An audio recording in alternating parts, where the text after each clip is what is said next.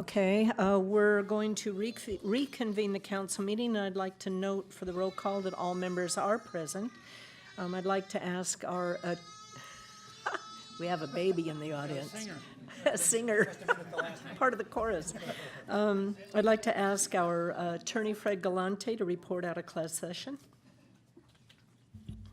Thank you, Madam Mayor, members of the council and audience. The City Council met in closed session and discussed the sole item on the closed session agenda, namely conference with legal counsel existing litigation, the case entitled Chino Basin Municipal Water District versus City of Chino and additional parties. City Council received an update from attorney Mr. Gutierrez, and no further reportable action was taken. That concludes the report out of closed session. Okay, thank you very much. If you'd all please stand and join us in the flag salute. It's going to be led by Councilman Garey George this evening. Choir doesn't have to get up. Please stand. Please join me in saluting our country's flag. Ready, begin. I pledge allegiance to the flag of the United States of America and to the republic for which it stands, one nation, under God, indivisible, with liberty and justice for all.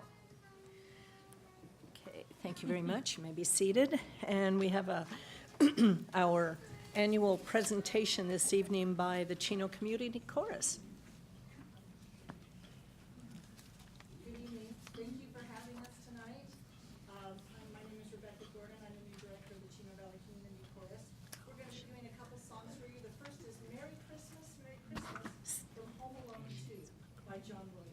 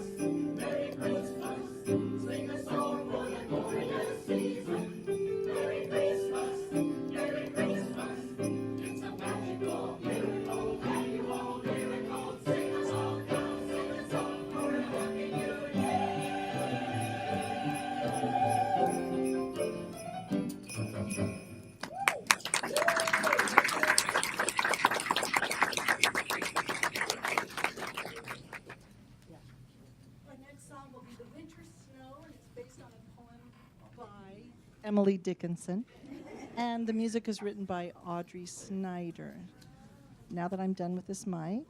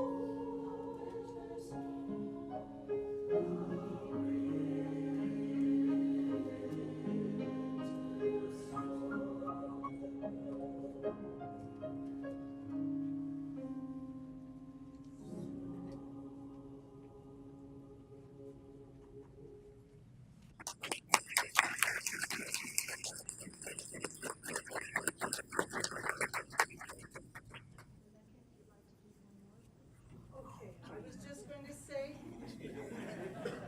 if you'd like, we could do one more. We'll do Mele Kalikimaka, which is how you say Merry Christmas in Hawaiian.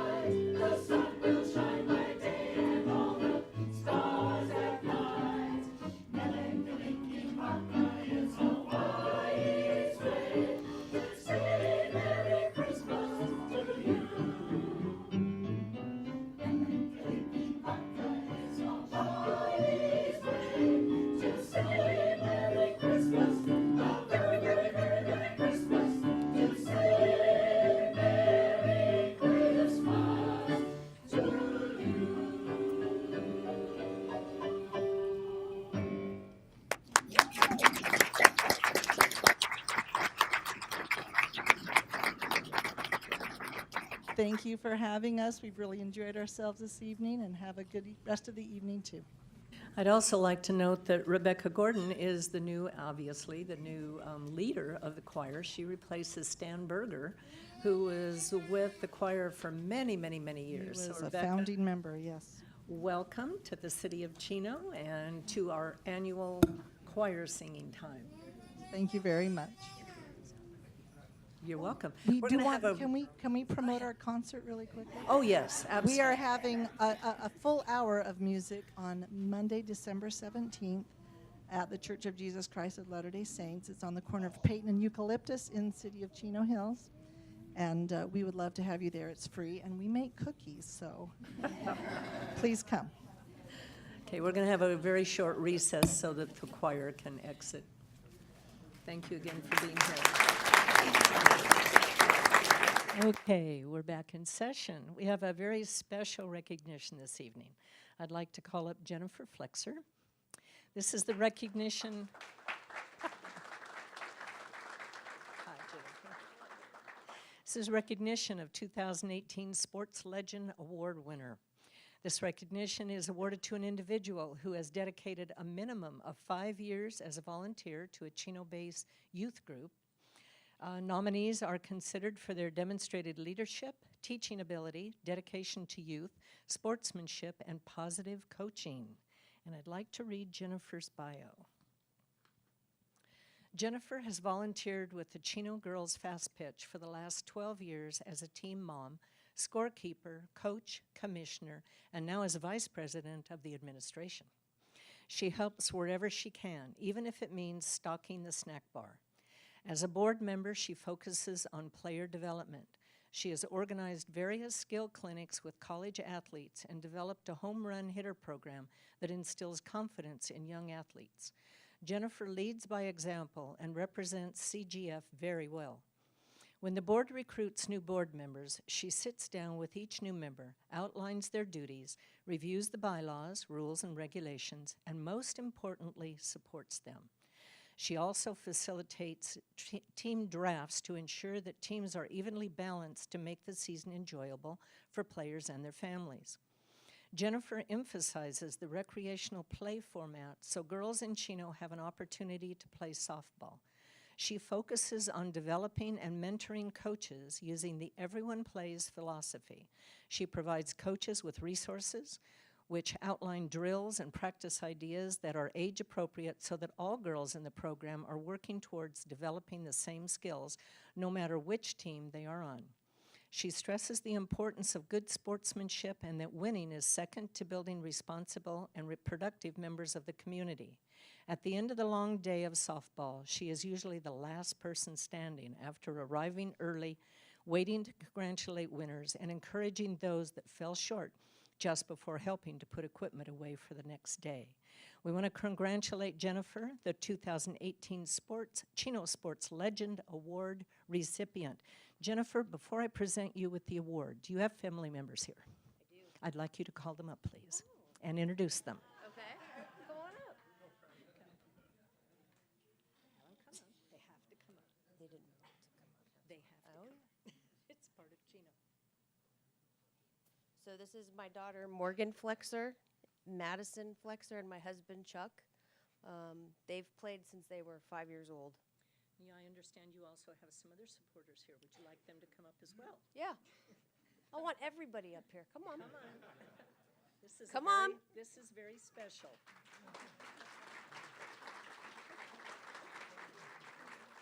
The mayor says you have to come up You here. have to come up. Oh no, everybody. Come on. Lori too. Come on. We have police officers in the back that will escort you. That's okay. Here, have them all move over so they can all get in that camera. Introduce them. So this is Monica. She's our current president. She's also an alumni of Chino Girls Fast Pitch. She's played since she was about 6 years old. We have her daughter Hannah and Kaylee. And then we have Rick Garcia, which he's been here forever. He's on his second round. This is his daughter Brianna. Then we have Lori, which is the treasurer. And we have Aris, that is the secretary, and her daughter, Hannah. Well, I'm glad that you were all here to support Jennifer, and I'd like to read the award. City of Chino Sports Legends Youth Volunteer Award presented to Jennifer Flexer in recognition of your many years of dedicated service to the youth of Chino. This is dated this year, 2018. Thank you. Jennifer, we congratulate you and thank you so much. Thank you for being here. Thank you all for being here. Did you want to add some words? Come on, come on. I'm sorry. No, I'm good. No, go ahead. This has just been a big part of our life as a family, and to see these kids go through high school and get to college and to make an impact on it it's impressive. It is. Well, you're very impressive, and thank you for affecting all the Thank lives you. that you have. Thank you.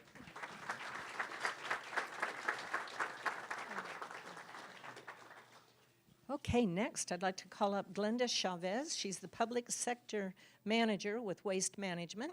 She has some very special 2018 Recycling All-Stars presentations. No, come up here. Come up here. I'll hold that for you. We'll hold all that You want to for you. hold Yeah, a nice present? sure. Good evening, Mayor, members of the council, city staff, and members of the audience. I'm pleased to be here. It's that time of the year where we ask our drivers to select one business and 2 residential customers for their outstanding recycling efforts. So to me, this means a lot because our drivers are the ones that visit these places once a week, or commercial, maybe more than once a week. So I know that we had a residential recipient who was here but got a little nervous because he was going to be asked to come up here. So I was happy to give him his award, and he's happy to get his little truck. I do believe we do have our commercial business here, Liquids Technology. Are you here? Rodney, do you mind coming up here and getting your award and recognition?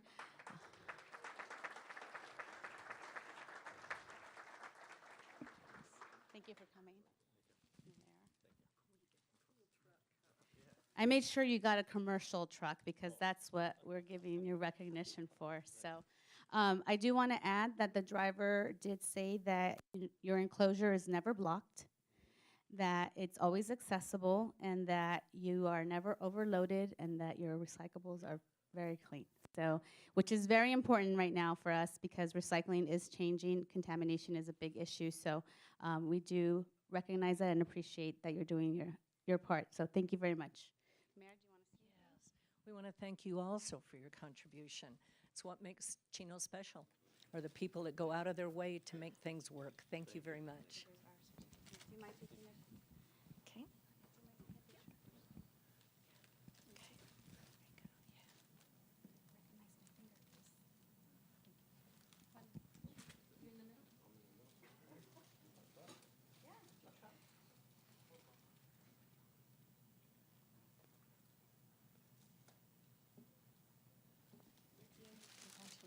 Thank you. Thank you so much.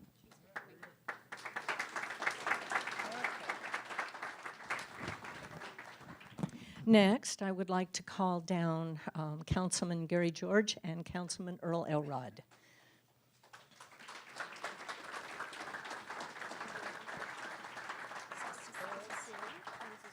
Okay. Let me do Earl first. Oh, they're arguing who's older. Good grief, heavens, really. Okay, first, Earl, I'm going to give you your treasured city tile. Man, 20 years and I get a tile. 20 years. And it reads, the Chino City Council, on behalf of the citizens of Chino, wish to express our appreciation for over 30 years of relentless, dedicated service you provided to the city of Chino and its residents. Dated today, December 5th, 2018. Earl's been with us a long time. He started on the Planning Commission and has been absolutely relentless with making sure that our streets have the funding that they need to take care of potholes and that sort of thing. He's just been around for a long, long time, and Earl, I'm going to miss you. Yeah, He's a character, though, I'll tell you. that'd be nice. Thank you, Eunice. It's been a pleasure serving the city and my family. They've stuck with me for 30 years, so it's been a pleasure. 43 years married.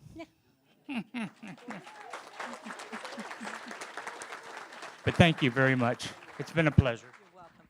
And of course, Earl couldn't have done his job without the support of Sandra. We all know that, right? The ones that have partners and wives and stuff and husbands, yeah. He's learned how to mind. I don't believe that for a minute. Not for a minute. And then we have a plaque also for Garey. Garey, is your family here? Yes, they are. All right, have them come up, please.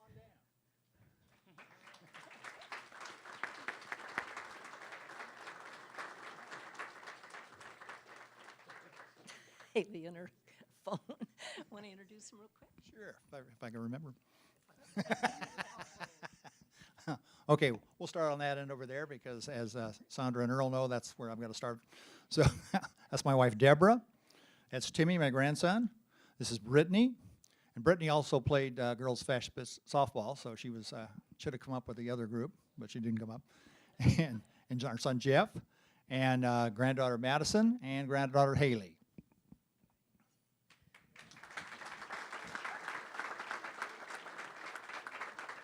And they have cool matching sweaters. Garey, I'd like to present you with this plaque, and it reads, Chino City Council, on behalf of the citizens of Chino, don't do that. Wish to express our appreciation for your dedicated service you provided to the city of Chino and its residents. You have to know this man has been involved in Chino for many, many years. He used to be a representative for General Telephone, and then, of course, it changed to Verizon. So, Garey, how long have you been in the city of Chino? I've been working with the city of Chino for over 26 years now, and almost 2 years on the council, so almost as much as you. Oh, yeah. Yeah, real close. He can't do math either. Can't do math. No, I sincerely appreciate your work on the council, all the time that you've spent, and I'm going to miss you a lot. Miss you a lot. Deborah, you too. I mean, your support of Garey has been incredible. Incredible. And Haley, we see you everywhere with him.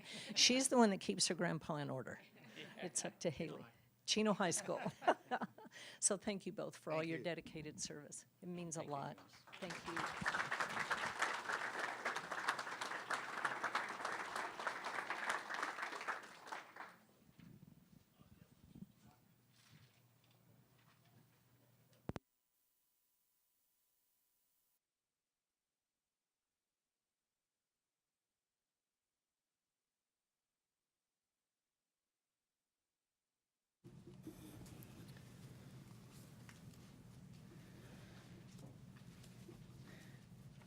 Okay, next on the agenda is Mr. Ballantyne. Do we have any additions or revisions?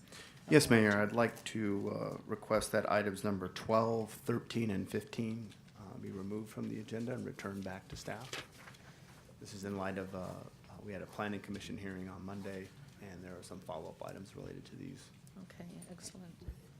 Then for public announcements, first, I'd like to give one last reminder that the annual Chino Youth Christmas Parade and Fair will start at 9 o'clock this Saturday, December 8th. The parade will start on the corner of Riverside Drive and Monte Vista Avenue. We'll head east on Riverside Drive and take a south turn onto Central Avenue, ending at Chino Avenue. Following the parade, make sure you stop by the Civic Center to enjoy carnival rides, family entertainment, craft fair, and Santa's Village at the Chino Youth Museum. For more information, please call our Community Services Department at 909-334-3256. Also, I'd like to remind everyone that with upcoming holidays, City Hall will be open from 7:30 a.m. to noon on both Monday, December 24th, and Monday, December 31st. City Hall will then be closed all day on both Tuesday, December 25th, and Tuesday, January 1st. For more information, please call our Administration Department at 909-334-3304. Next is public communication. This is the time and the place for the general public to address the council on items that are not listed elsewhere on the agenda. Due to Brown Act requirements and council policy, we cannot take action on an item that's not on the agenda, but we'd be happy to hear your concerns. Our first written request to speak this evening is Adolfo Pacheco, who is the pastor of Praise Tabernacle Church.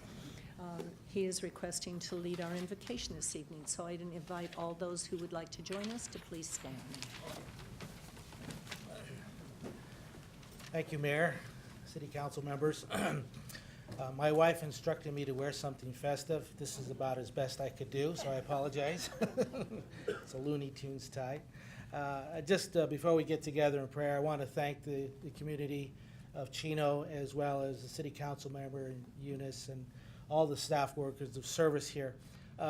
We recently went through some difficult times ourselves as a family, and the love and support that I received from you guys has been outstanding, and I appreciate it so much. Thank you again. As I come here, I try to prepare for what I want to say. I'm not like some people where I study 3 days or 4 days on what's going to happen. I'm a little bit more dynamic in certain cases.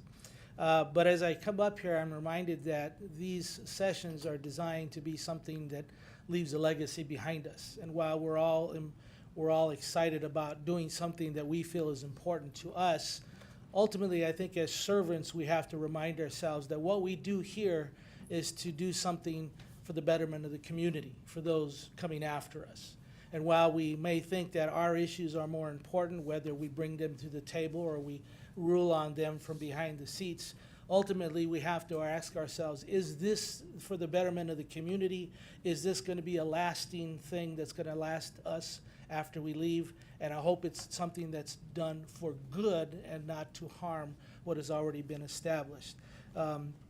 We all heard about the 41st president who passed away, and in his eulogy, it said something to the effect that one of the things he taught them is to make sure that you're people of integrity, people of character, but most certainly never leave a place as you enter it. Try to always improve it from where you're at. So I want to encourage everybody, whether we're bringing petitions or issues to the City Council or we're ruling on them, think outside the box. Think in service of others. Think about how this is a legacy that you're leaving and not just some issue that you're bringing because we're either concerned about it, overly concerned, or otherwise. So with that, if you'll join me in prayer. Father, in Jesus' name we pray, Lord, we thank you for these proceedings. I thank you for all those who are in authority over us, Father, for you protect them and you watch over them. And you've instructed them, Father God, and have put them in the position that they are today. Father, I ask that there would be such a presence of you, Lord, that we would all sense your balance, Father God, that we would sense your peace, Father. Help us to understand what we don't understand. Help us to use wisdom in making things presented to here, Father God, but also those things that we finalize. And Lord, I ask that you continue to bless the council members and the mayor and all of the service workers. Father, I ask that you put a hedge of protection around them, around their families, around the service workers, around the police department, the police chief, Chief Comstock, and Father God, everyone who serves in a capacity in the city of Chino, I ask that you put a hedge of protection around them in this season and cause them to see your glory and your presence, Father. For it's without you, Father, we would have nothing to light a tree about. So we thank you, Father, for what you're doing. We ask that these proceedings go with your glory in mind, understanding that we do so that the people would be blessed, Lord, and that this would be a place of peace, a place where people come to rejoice, to be blessed, to laugh in unity, Father. And we thank you for the pleasures of being here as servants to your people. We thank you, Lord, in Jesus' name. And all those agreed said, amen. Thank you. Thank you very much for those words of wisdom. Okay, next we have a written request from Mr. Steve Lewis.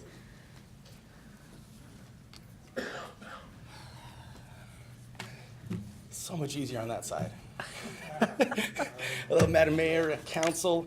I just want to come up here and pay my respects to the outgoing council members. Councilman Elrod, I've known you for many years. Councilman George, known you for the last couple of years. It was just an honor and to know you guys, and want to say how much of an influence you have been on me.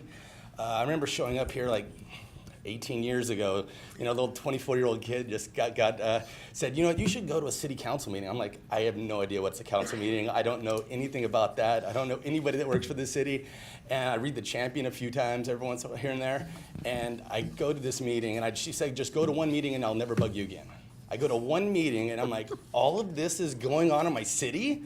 And then I'm like, went to another meeting, then I went to a Community Services Commission meeting, then a Planning Commission meeting, then a State of the City, and then a budget meeting, and then I'm like, wow, look at all this stuff, and I'm like, just keep going, meeting, and then taking notes, and then it's just quite the event. And I just want to say that you guys definitely helped shape the direction of where I am and the different city activities that I'm doing, not only as a mentor and a colleague, but as a friend. I just want to say that the two people that really did start me out, when I start to get to know you guys, was John Godino and Earl Elrod. You two definitely pointed me in a direction, and I just want to thank you very much for all of your work and everything. And I know you're going to go spend plenty of time with your wonderful families, and I know the city of Chino's in a better place now that you guys have been on the council than before. So thank you. Thanks, Steve. Thank you. Next, we have Mr. Fahim Ahmed. Good evening, Mayor. Greetings of peace. And from Ahmadiyya Muslim community, I say Happy New Year, Merry Christmas, and Happy Holidays. And we respect our two elders who are leaving us. So Elders. All right, I like that. I call them that's the way to charm them. Elders in gesture, My name is Fahim Ahmed, and I belongs to Ahmadiyya Muslim community, not that far from here, just 2.5 miles, 5 minutes drive. And I'm here to invite City Council, Mayor, our City Manager, our Police Chief, Comstock, our Council Member, Norma Torres, and all the audience here to our annual convention. We are holding our annual convention in the city of Chino from last 33 years. And the very first day of the convention, we invite the community members around the neighborhood and also from the Inland Empire area to come and share and break the bread with us. So this year, the first day is on December 21st. So I will invite all of you to please come and join us. It's from 4 to 6 p.m. And the theme this year is Justice, the Foundation for Lasting Peace. And speakers from different faiths will speak on that subject. Thank you so much. You're welcome. Earl and I will be there if we can get our walkers out of here. I said Earl and I will be there when we get our walkers down from the... Okay. Oh, No. your little scooters. I've had the privilege of attending that several different years, and it's a very, very nice event, and representatives from various religious communities attend and speak. Okay, next we have our very own Congresswoman Norma Torres here today.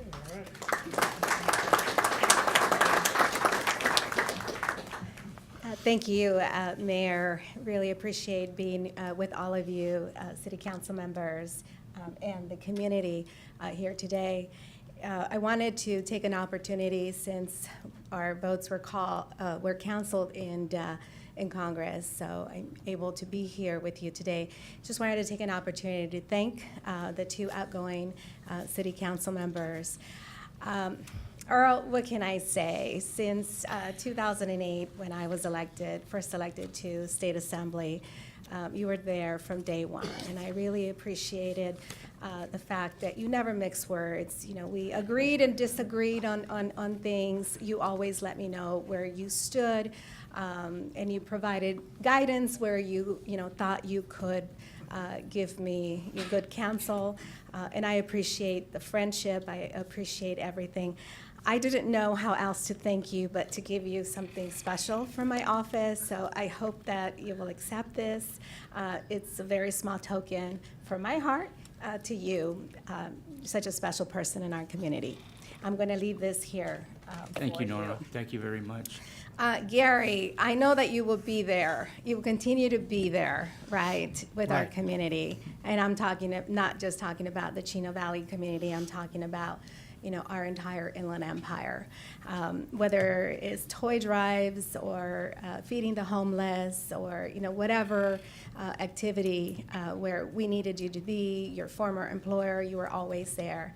I appreciate that very much. I have a certificate for you. Earl, I have one too for you, but unfortunately it's raining out there. And it got a little wet. There were tears of joy because I know that you're going to have a great retirement and you will continue to be involved in the community as well as you, Garey. I just want to say once again that I very much appreciate both of you, the work that you have done on behalf of the citizens here in Chino. It's very much appreciated, and I'll leave both of these things here. For Thank you, Norma.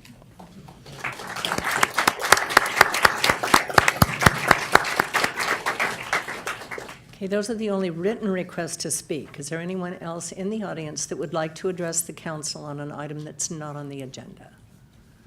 Okay, seeing none, we have a tradition here, and that is all the students that are in the audience, and we have many, who are here as a requirement of their classes.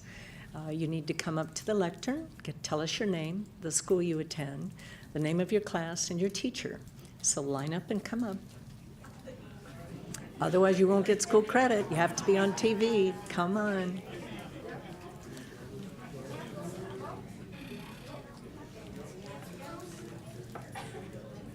Hello, my name is Tyler Elias.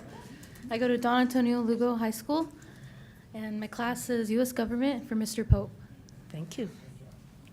Hi, I'm Marlena Alcala, and I attend Don Lugo, and my teacher is Mr. Pope.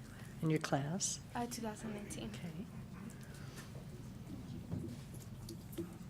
Hello, my name is Ana Vargas, and I go to Don Lugo High School too, and my teacher is Mr. Pope, U.S. Government. Thank you.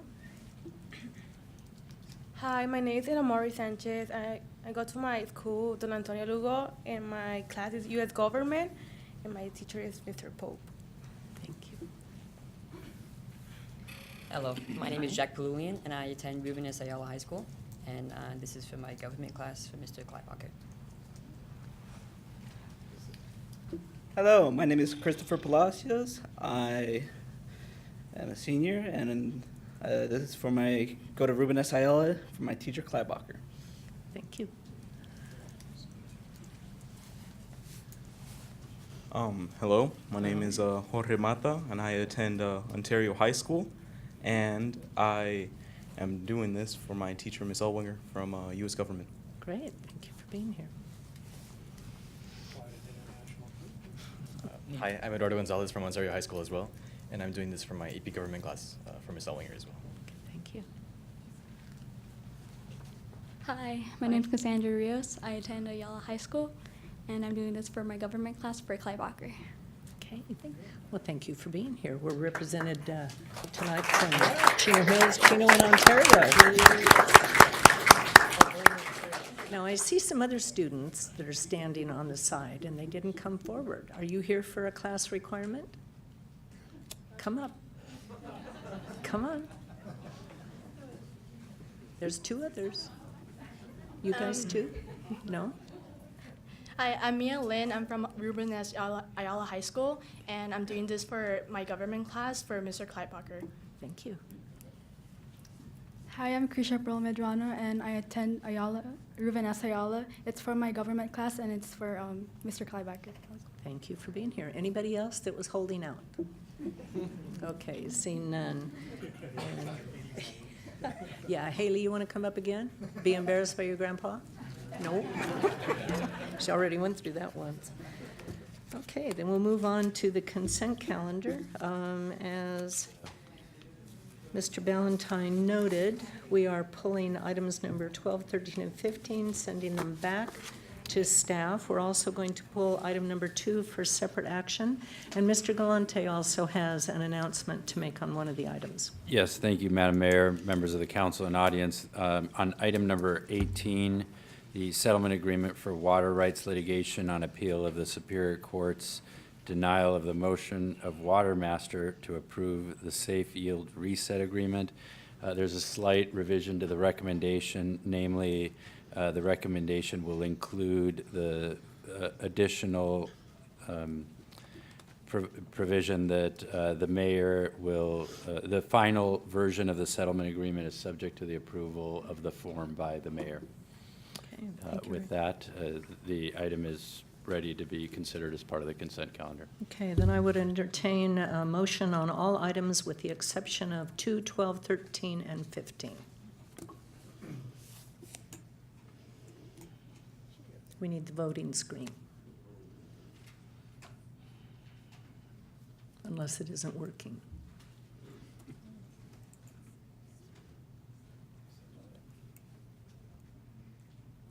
Well, how about a verbal? Okay, there's a motion from Mayor Pro Tem Howie. Second from Councilman Garey George. Are there any oppositions? No, then the items pass unanimously. Item number 2 are the minutes from November 20th, and Councilman Elrod was absent. I would ask for a motion for item number 2. Motion from Councilman George, second from Mayor Pro Tem Howie. Please vote. There's 4 yes, 1 absent, abstain. Mine doesn't show it. And the abstention is from Councilmember Elrod. Strange. We always have problems with this thing. Okay, next on the agenda is item number 19 under continued public hearings. This is McBride RV Storage, appeal of a development impact fee reimbursement. This item I will first open the public hearing, and then I will ask for a staff report from our city manager, Mr. Matt Ballantyne. All right, thank you, Mayor and members of the council. This matter was continued from our November 20th meeting. At our last meeting, the city council received documents and testimonies from both the appellant and staff, making arguments in favor or opposition of developer impact fee reimbursements associated with drainage and street improvements made with the appellant's RV storage project located at 7231 Kimball Avenue. The applicant is seeking reimbursement, or I should say the appellant is seeking reimbursement for 2 items, specifically an on-site storm drain detention system, and then street improvements made along Kimball Avenue.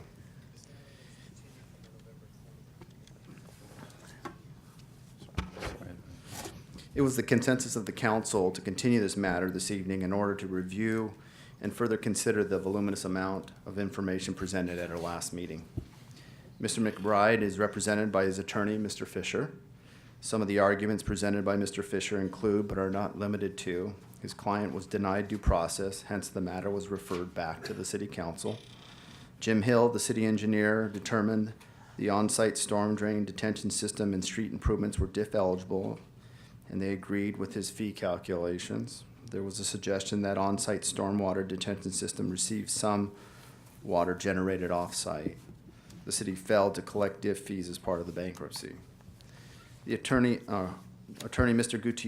Gutierrez represented the city. Some of the arguments made by Mr. Gutierrez include Dave Gilbertson, the city's contract engineer, reviewed the invoices and reimbursement request and concluded Mr. McBride is eligible for street improvements, excluding a portion fronting the parcels along Kimball in the amount of $343,000. Scott Thorpe, the consultant who created the developer impact fee program, determined the on-site stormwater detention system is not a public facility and was not an identified project in the DIF program. Therefore, it's not eligible for DIF reimbursement. Mr. Gutierrez argued Mr. McBride's storage was conditioned to divert water away from the project as well as to contain the water generated on site. Therefore, on-site stormwater detention system only benefits the private project. Therefore, it's not eligible for DIF reimbursement. This concludes my report. It's recommended that the council continue the public hearing and allow for council questions of Mr. Fisher and Mr. Gutierrez, followed by closing the public hearing and proceeding with deliberations. It is important to note that after the agenda was posted and based on the questions received from the mayor, there are a couple additional exhibits that were provided. One is a developer impact fee study or summary. We have a hydrology report from DJP Engineering. And then we have a document related to the bankruptcy that provides a summary, the debtor's summary. We have Kimball Avenue street improvements drawings, particularly the as-built and cross-sections of the road. And then we also have an erosion control plan that kind of shows the drainage on site. Then we have some elevation pictures if we need to reference. And that concludes our report. Do you want to add? And if I may, Madam Mayor, members of the council, as this council recalls, the opportunity to continue the hearing was really for city council members to ask any follow-up questions. So the protocol for today will not include separate presentations or individual presentations by either side. It is really an opportunity for this council to ask those follow-up questions. Now, each side can present whatever responses and arguments they wish in response to those questions, but no separate presentations. With that, I'm happy to answer any questions about the protocol. Okay, thank you both. All of our council members have had an opportunity to receive clarification from questions that were asked, and we've had an opportunity to review volumes of information, 1,400 pages, in fact, quite a bit of information. So before I personally ask any questions, I'll give my other council members the opportunity to ask any questions that they have. And then I would request that answers be provided by our appellant. So Councilman George, do you have any questions this evening? Well, yeah, just a couple. From the information, because there was so much information that was provided by everybody, I wanted to sit down with the city manager and ask some questions, and I thought they were answered very well with the report that we got. I guess my main question was, because one of the things that I thought I was hearing was the water that was coming into the property. But from what I'm seeing from the report that we got, the property is higher than any of the area around it. And so water, unless it goes uphill, is not going to impact the property, go onto the property. Is that correct? Okay, how would you recommend that we do this? Should we hear all of council's questions and then provide the appellant an opportunity to answer, or should we do them individually? My recommendation, Mayor, and it's certainly up to you, is each question be asked and responded to individually. Okay. Just so that there's a clean record of what the responses, what each question and response goes with. The one other item of clarification is there are no time limits that are being requested by the council on the responses, but certainly I don't think the council wants to hear repetitive comments or arguments, so hopefully the presenters will be respectful of that. Thank you, Madam Mayor. Yes, sir. To respond to Council Member George's question, the property is absolutely not higher than the property around it. I don't know where that notion came from. Sir, before you continue, for the record, would you state your name? Gerald Fisher. Thank you. And again, I'm not in Ms. Polk's class, or Mr. Polk's class. I don't know where that notion came from. Well, right now, let's just answer the questions. Let me answer the question. Okay. It is not higher. And previously shown was an example, a photograph of water flowing from the street into the facility.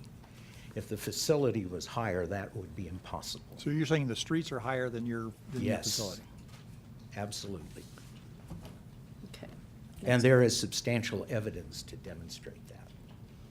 Okay, next question. Did you have any other questions? If I may, Yes. do you mind if I add No, a go ahead. question? Mr. Fisher, you mentioned there was substantial evidence. Could you just identify what that evidence is for the city council? Of course. Thank you. Whoops. The first is the hydrology study.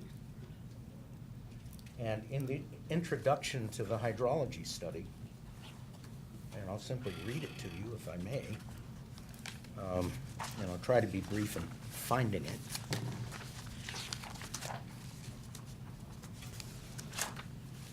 It's in the papers you've been provided.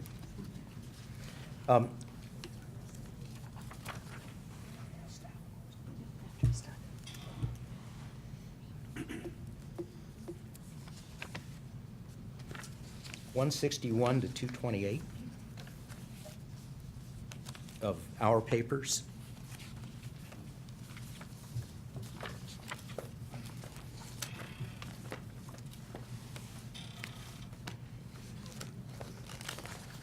First, you have the very simple example of the photograph.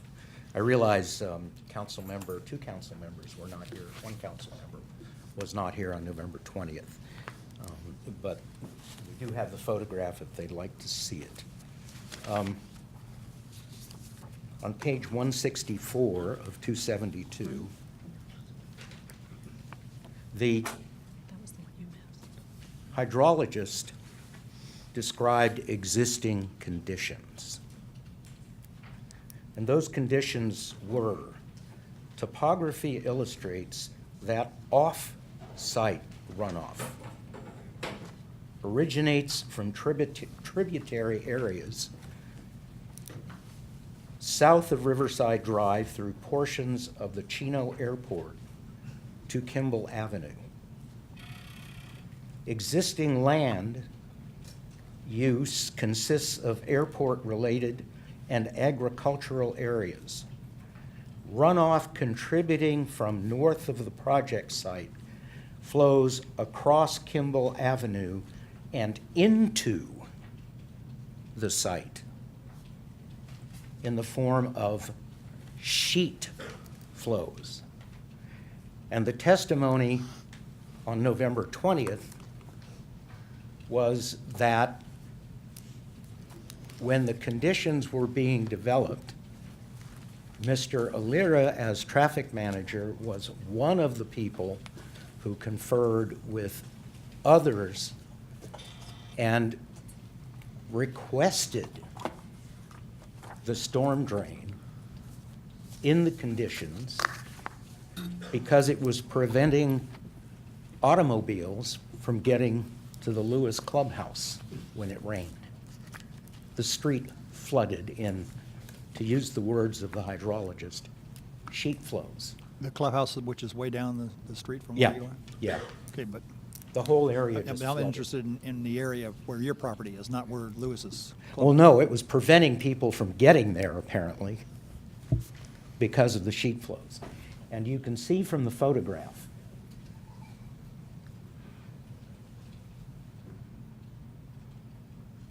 this area is all blacktop. To the Would you please provide him with a microphone?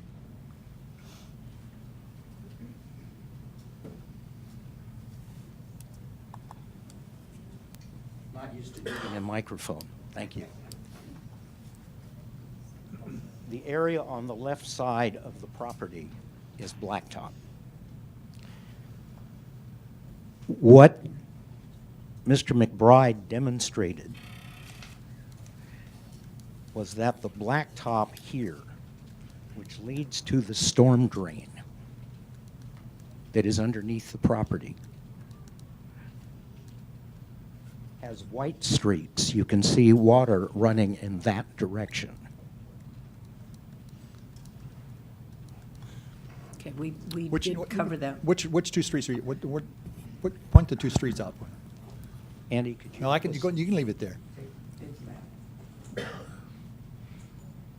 So you can see, here's the street. This is where the water enters. What right street is that? I'm sorry, that's what. Kimball Avenue. Okay. It's Kimball Avenue. We were commissioned to redo For the this record, road. could we have your name? Andrew McBride. Thank you. And as you can see, this is blacktop on both driveways.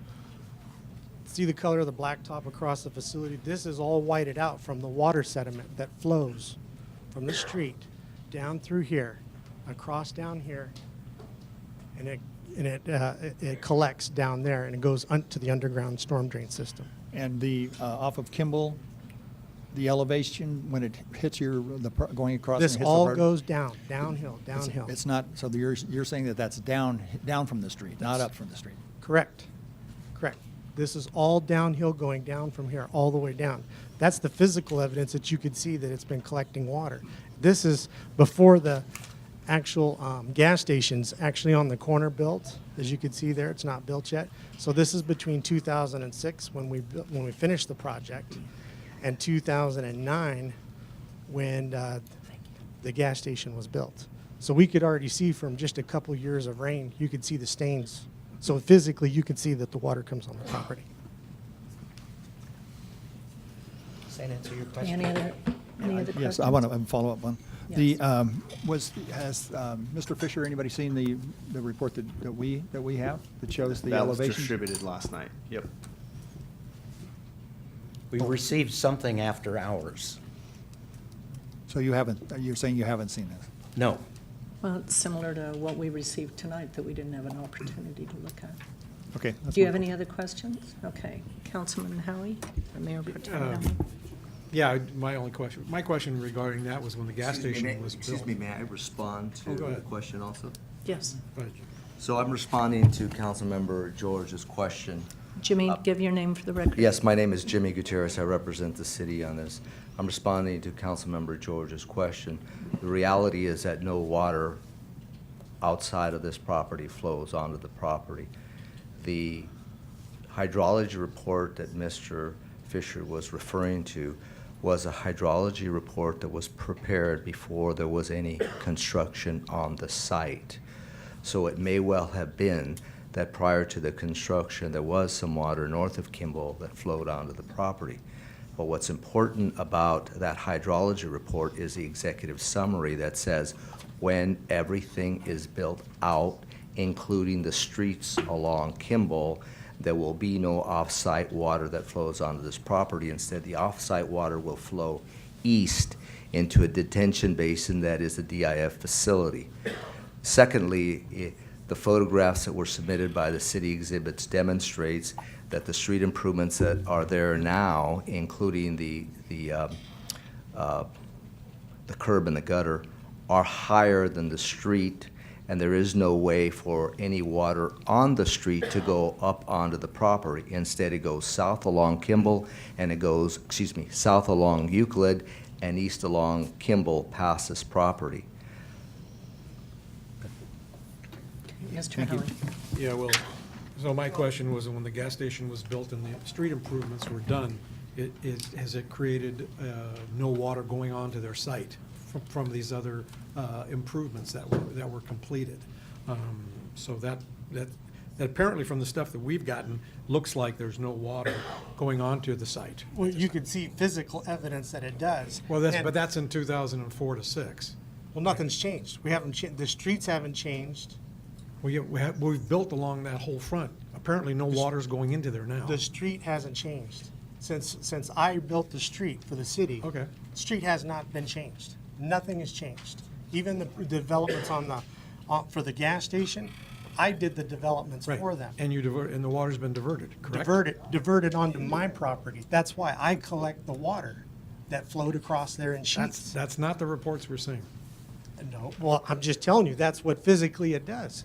You can't tell me that you don't see the water lines on the But pavement? when was that picture taken? I told you, after we opened in 2006, after the street improvements have been done. So this picture is 12 years old, or is it current?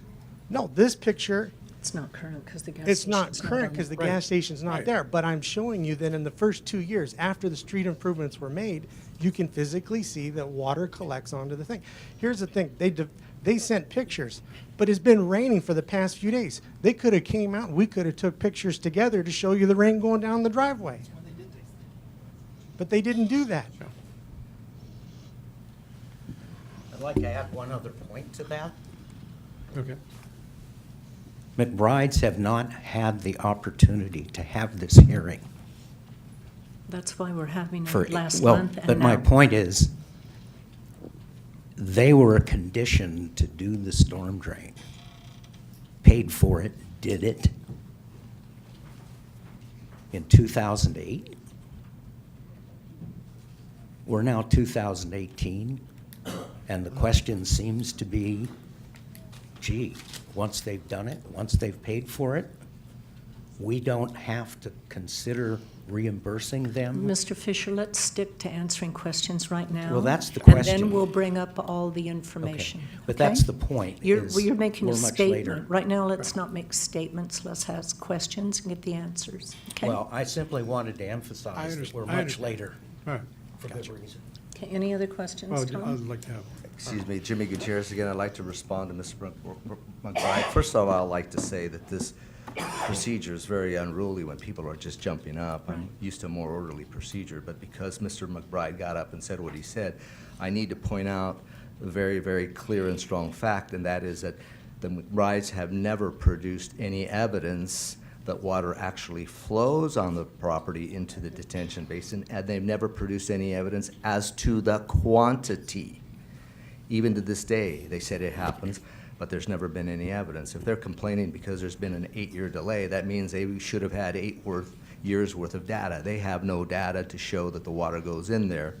And if there were to be any reimbursement under section 1.17D, then they'd have to have a demonstration of the amount of water that went in there so that we could calculate what percentage of their costs are attributable to the water from offsite that goes on the basin. Not only that, they've never submitted any cost figures as to what it costs them to do the detention basin.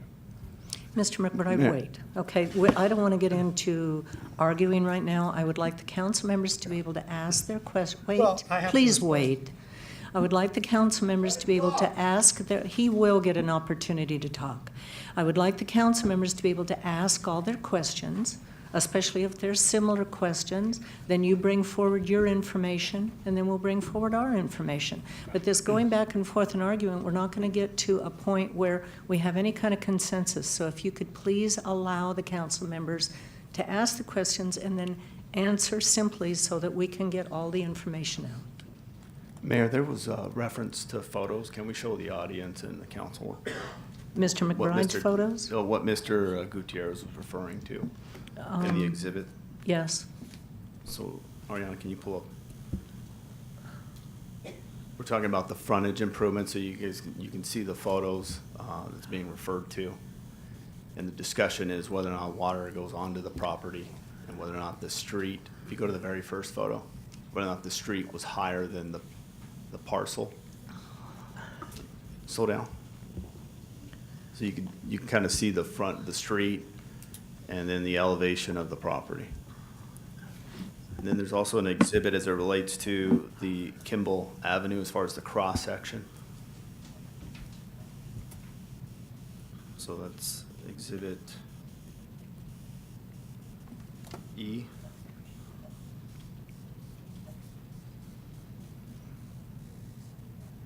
Right there, down. It's a smaller one. It's a small one. Right in the middle there. You can look. Is there any way you can make that big? Okay. So that's the cross section of the street. So you can see where the center of the street is. There's the crown of the street, and then it shows a 2% decrease down to the gutter.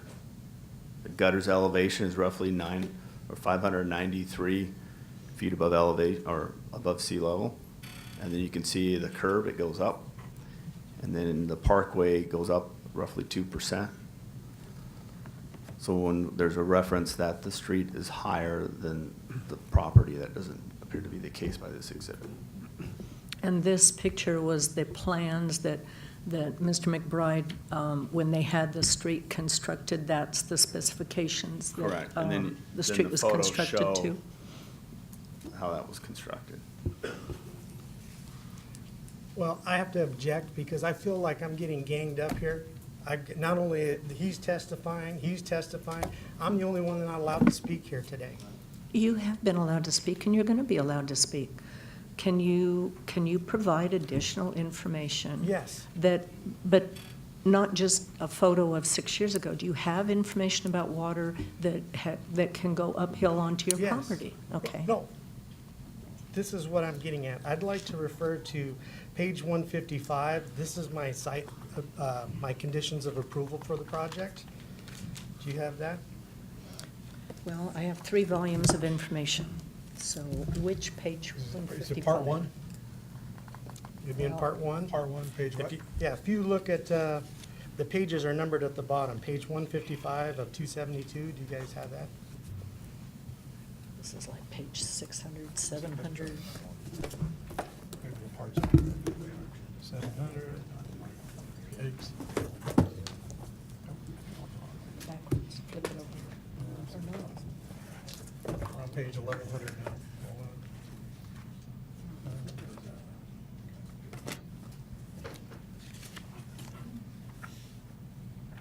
Our pages are numbered differently. Which page is he talking about, since our pages go up to 1400? Do we know what exhibit number it is from your packet? Yeah, 155. Oh, exhibit number?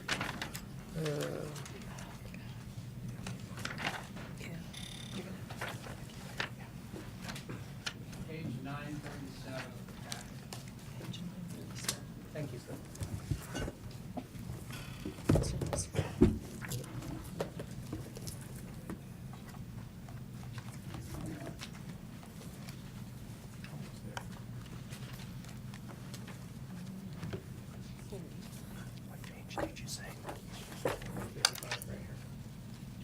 So the references to the Public Works Department conditions of approval, is that correct? Yes, Correct. it starts Go at ahead. page Page 937. 935. 935? That's where it starts. So I'd like to draw your attention to other conditions 1.17. Do you guys see that? Yes, got it. So, E, where it says E, it says permanent on-site detention retention system accepting off-site flows are eligible for credit against the storm drain development impact fees as determined by the city engineer. In 2010, when I delivered all this stuff to Mr. Jim Hill, you guys reading that, or are you guys lost? No, here it is, it's on page 938. Would you like me to bring it up so you can read it? 938? It's 1.17E. 938. Condition 1.17, Other conditions? yes. Letter E. Letter E. Letter E. Permanent, okay, we got it. See, permanent on-site detention retention system accepting off-site flows are eligible for credit against the storm drain water development impact fees as determined by the city engineer. So, Mr. Hill and I, we had lots of discussions before we started this project, and we understood each other as to that they wanted the storm drain system. And in 2010, when I gave him all the documents, he reviewed them. He reviewed the hydrology study. He reviewed everything before he made his decision on what was going to be eligible for either credit or reimbursement. So then he provided me a document. And the document is Exhibit 33. If you would please put that up on the screen for me there, Angela. That's the one I said that says scan document that's in the file.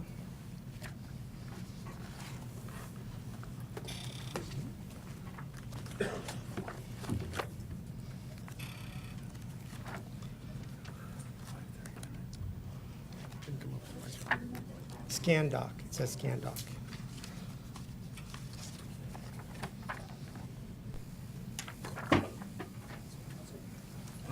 I got the 2 pages. Yes.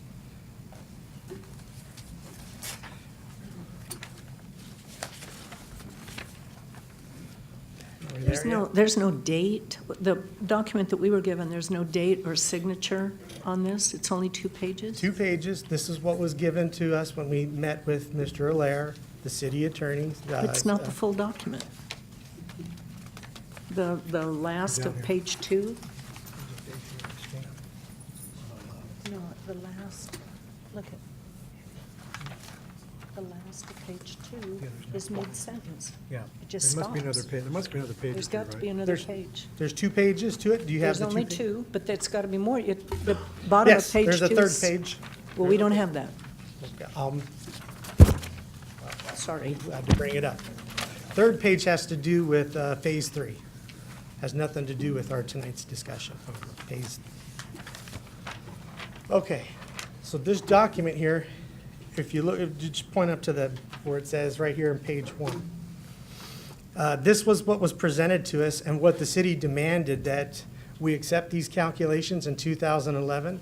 And because we were fighting over the DFI fees, this was the reason why we went into an 8 years of litigation with the city of Chino, because they demanded that I accept all the numbers on this document as they were calculated by Mr. Hill. But notice what the paragraph 1 says. It says, page 1, paragraph 1, the $1,464,896 is the development impact fees, the DIF, for phase 1 of the project. These fees were deferred at the time that the building permits were issued for phase 1 because it was understood that the McBride's RV would be constructing improvements in excess of what was necessary for the development. When the above estimate was presented, it was clearly stated that it was calculated prior to the city's receipt of documents for the construction cost of the storm drain facilities and street improvements, and that these costs would be used to reduce the above fee. Subsequently, the construction cost documents have been received and reviewed by the city, and the following reductions can be made. And here's his calculations. So if you notice his calculations there in the box, he starts off with the $1.4 million of DFI fees. He was crediting $149,809 of street improvements that were along the McBride's frontage. And then the storm drain credit of $1,044,312. So he already made these calculations. This was already done in 2010. All this stuff was approved. You have to ask yourself, why 8 years later are these calculations no longer reliable? I will remind the city that the city is taking 7 different steps along the way that they used Mr. Jim Hill's, these calculations you have on your screen here. And they've used them on 7 different occasions where not only they relied on them, but some of the council members here defended them. I don't know if you've seen the videos that I sent. You actually defended Mr. Hill's calculations. And in 7 different occasions, the city actually took action on these calculations. So you have to ask yourself, why did the city make all those steps, take all those actions using Mr. Hill's calculations, and then now today Mr. Alaires and Mr. Gutierrez is saying, well, these aren't the right calculations, we have different ones.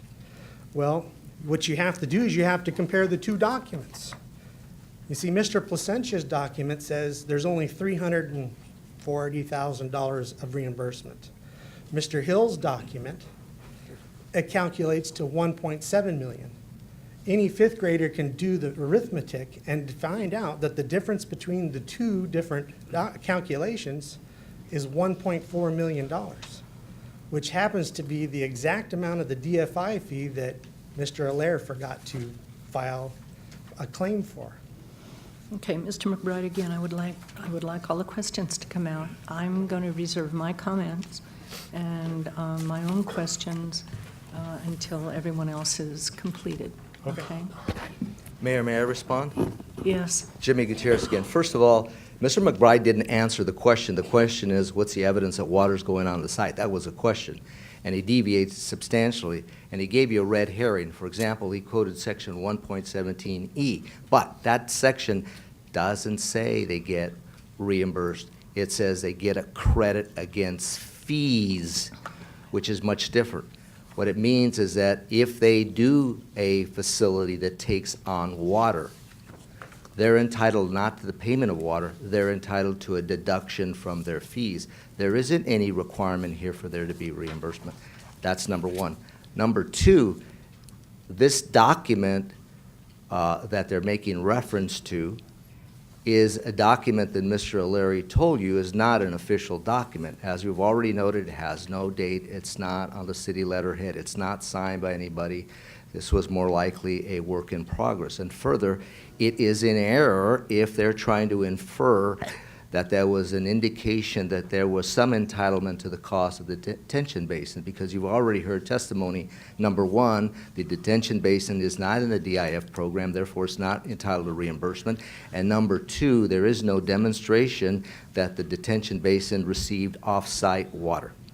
Lastly, it doesn't matter what Jim Hill said some years ago, because oral statements have no value, and he wasn't ordered by Judge Ochoa to make the calculations because he wasn't the city engineer at the time. It was Jesus Plasencia that was the city engineer at the time that Judge Ochoa's order was served upon us, and it was the then city engineer that made that determination.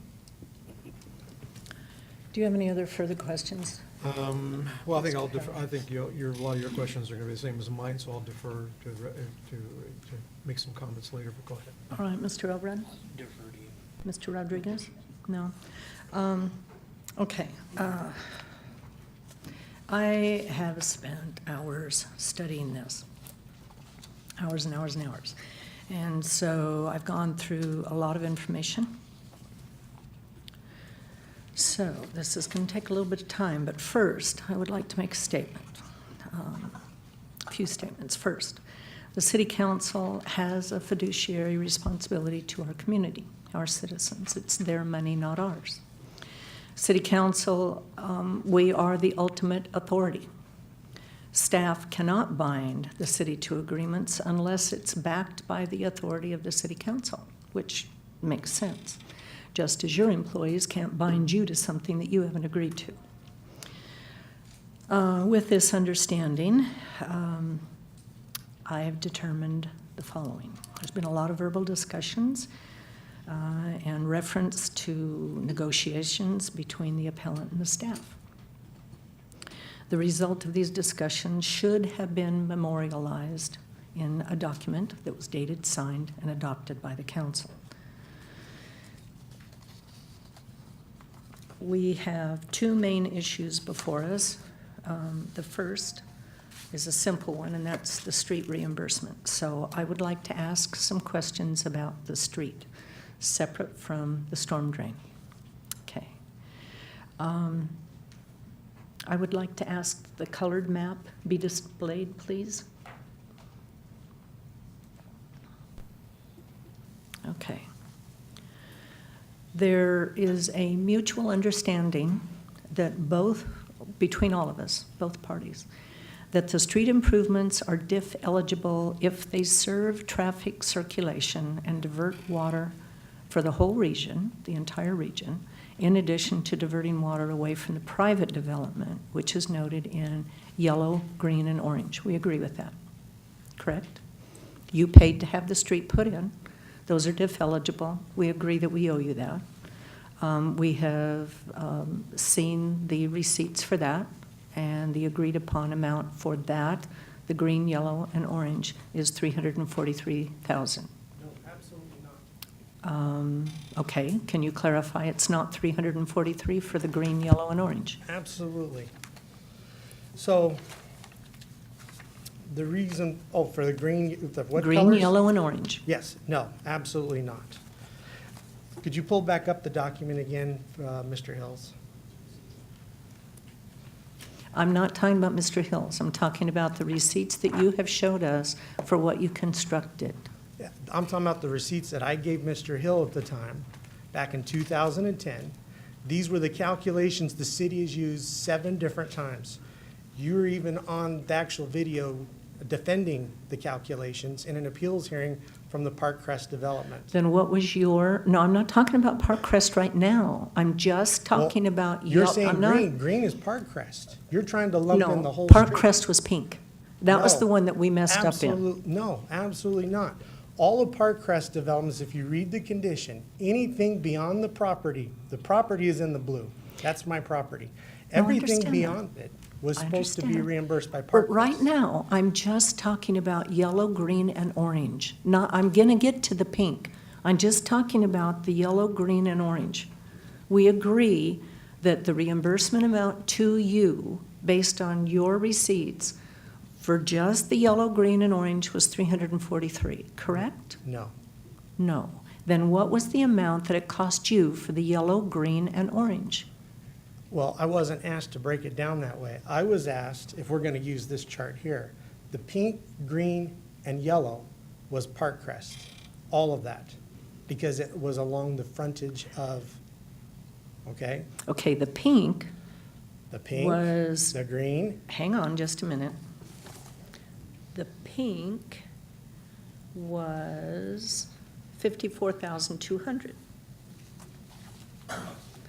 And the green, yellow, and orange was $343,000. So the total is close to You're- 400,000. you're still lumping them together. No, I'm just- breaking it apart. The Okay. pink separate. Okay, well, I'm just saying, Mr. Hill. Park Crest was supposed to reimburse you for the pink. No. It would, no, listen to me, yes, they were, because you built their frontage for them. Just like the blue, it was your responsibility to build the blue, and you don't get reimbursed for that because that's your direct frontage. Park Crest should have been, you should have been reimbursed for the pink. We messed up on that, we agree. No. Park Crest, I'm just telling you how I broke it down because that's what I was asked to do back in 2006 when we finished our project. They asked me, everything that on this diagram here that's pink, green, and yellow, to give to Mr. Hill so that he could make sure that that calculation was able to get onto the Park Crest conditions of approval, which you rightly said they messed up, they Right. forgot it, okay? That total, just that portion right there, was $373,000. That's what I turned in. Mr. Hill approved it, and you guys fought for us. Okay, may I ask a question of our staff then? Sure. Okay. According to the documentation that has been provided to us from staff, the calculation for the yellow, green, and orange is $343,000, and the pink is $54,200. Do we or do we not have the receipts for those amounts? And if Mr. McBride is right, there's a different amount. Why is his amount different than what we say our receipts are? Jimmy Gutierrez, the answer to that is David Gilbertson's testimony. When he was here, he told you he had the documents, he showed the documents. He has all those cost figures in his folder, and he testified to the fact that he used that. He included all costs, he deducted nothing, and he came to these calculations. Those were the same documents that McBride's has submitted. And since then, McBride's has not submitted anything contrary. As a matter of fact, if you look at the records, the letters that I sent to Mr. Fisher that are part of this record, I asked him numerous times to tell us what issues he wanted to discuss at the appeal, including whether or not he was going to submit any other cost figures, so that if he were, I could give them to Mr. Gilbertson, and he might determine whether or not they were appropriate as well. We never have had that opportunity. But those figures are in the hands of Mr. Gilbertson. Okay, Mr. Fisher? All documents had been submitted in 2010 And 2006. and 2006. Okay, Mr. Galante,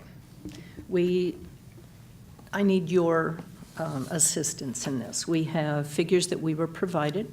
Mr. Gutierrez says that his consultant has the copies of the receipts for that.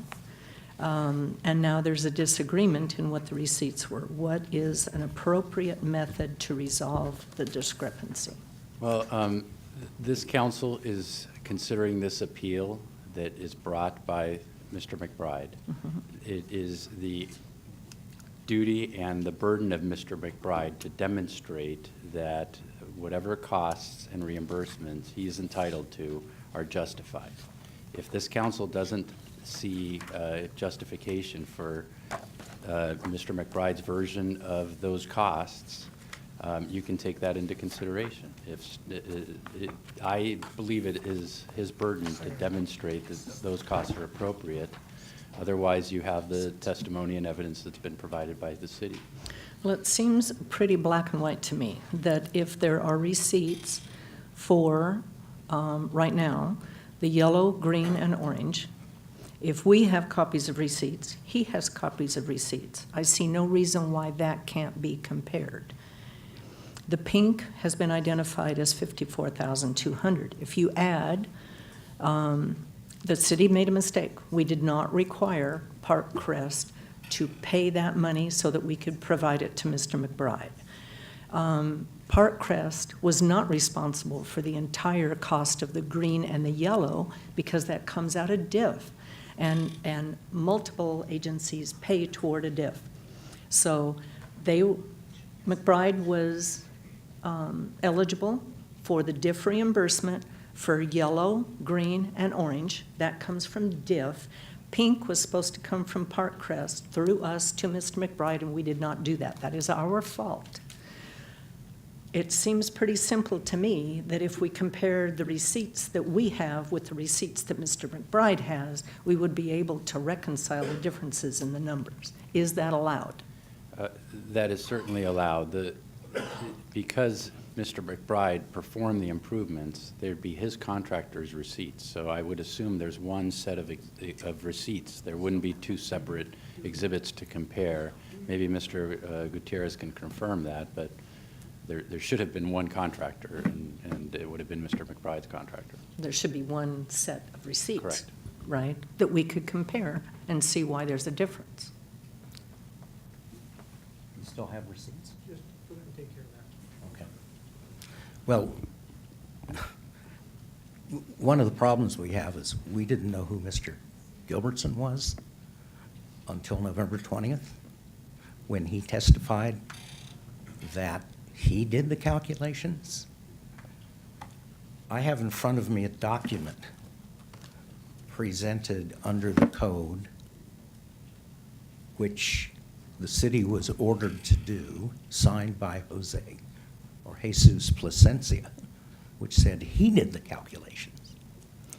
Do you have the receipts for the actual cost? We're 10 years down the road. I understand. My question is, do you still have receipts?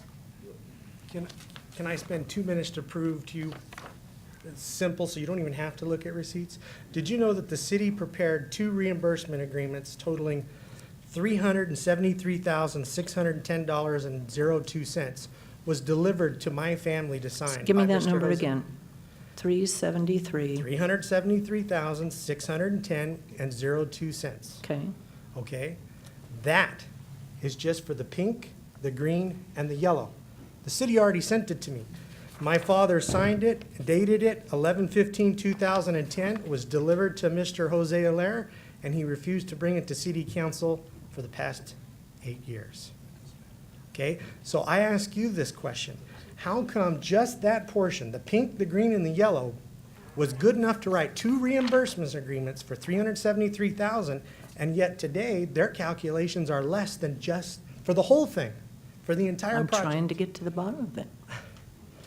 Okay, but that's what I'm trying to say. The document's inaccurate, and I've been saying that all along, that they did not look at the receipts, because if they did, they would have the same calculations as Mr. Hill. Okay, can I have a comment from staff? Can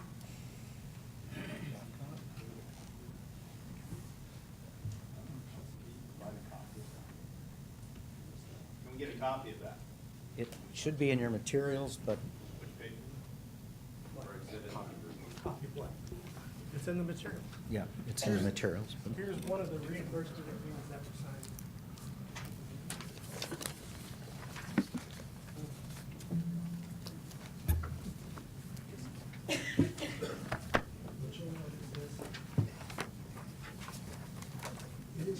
No, you need to speak into the microphone. What you'll notice is the document that the reimbursement agreement is to the penny to what Mr. Jim Hill calculated back in 2010, to the penny. That's why I'm saying these calculations have been done for over 8 years ago. All of this has been reviewed.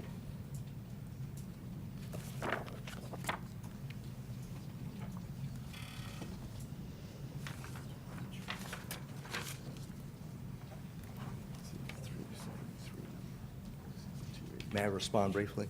Yes. First of all, we do have the documents. They don't. Secondly, You have what documents that they don't? the cost figures, Mr. Gilbertson had them in his file. He received them. He still has them.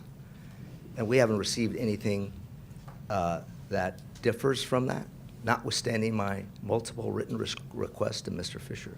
Okay, But- Mr. Gilbertson has cost estimates or No, or he has- calculations. No, he has the actual receipts for the cost to construct the streets that were given to Jim Hill by Mr. McBride. Those receipts survive. They still exist. And that's what Mr. Gilbertson testified to, and he put them out of his bag at the last hearing. He says, here they are. He has them with him. That's how he came to the calculations.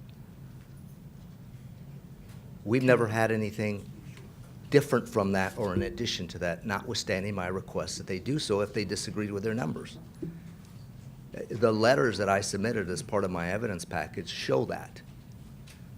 One other thing, I'd like to take this opportunity to object to all the new documents that they've submitted after the fact. We had an agreement that we would submit our documents by, I think it was November 8th and November 9th. The city of Chino submitted theirs, the McBride submitted theirs, and then now we have this new submittal which has numerous new documents. I object to them because they have new information. I don't have the ability to rebut them because this is only to answer your questions. And I'll name them off individually later on at the end of the hearing as to the ones that I object to because they were never submitted by the deadline date for submission.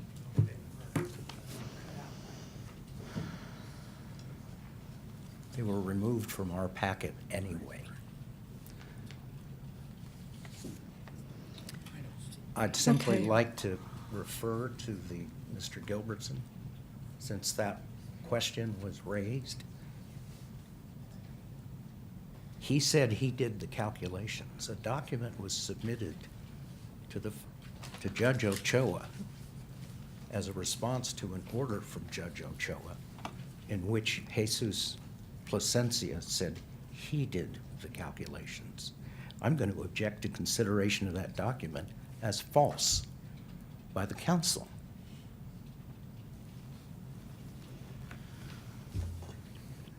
Again, they're wrong because Jesus' letters say he didn't have access to the cost figures and that he relied on the city's prior engineer for the number. That's why I had Mr. Gilbertson testify as to the numbers because he's the one that actually had the cost figures and came to the calculations. Mr. Plasencia never said he calculated because he said, I didn't have the documents. So he adopted the number that Mr. Gilbertson had previously already determined. That's why Gilbertson testified.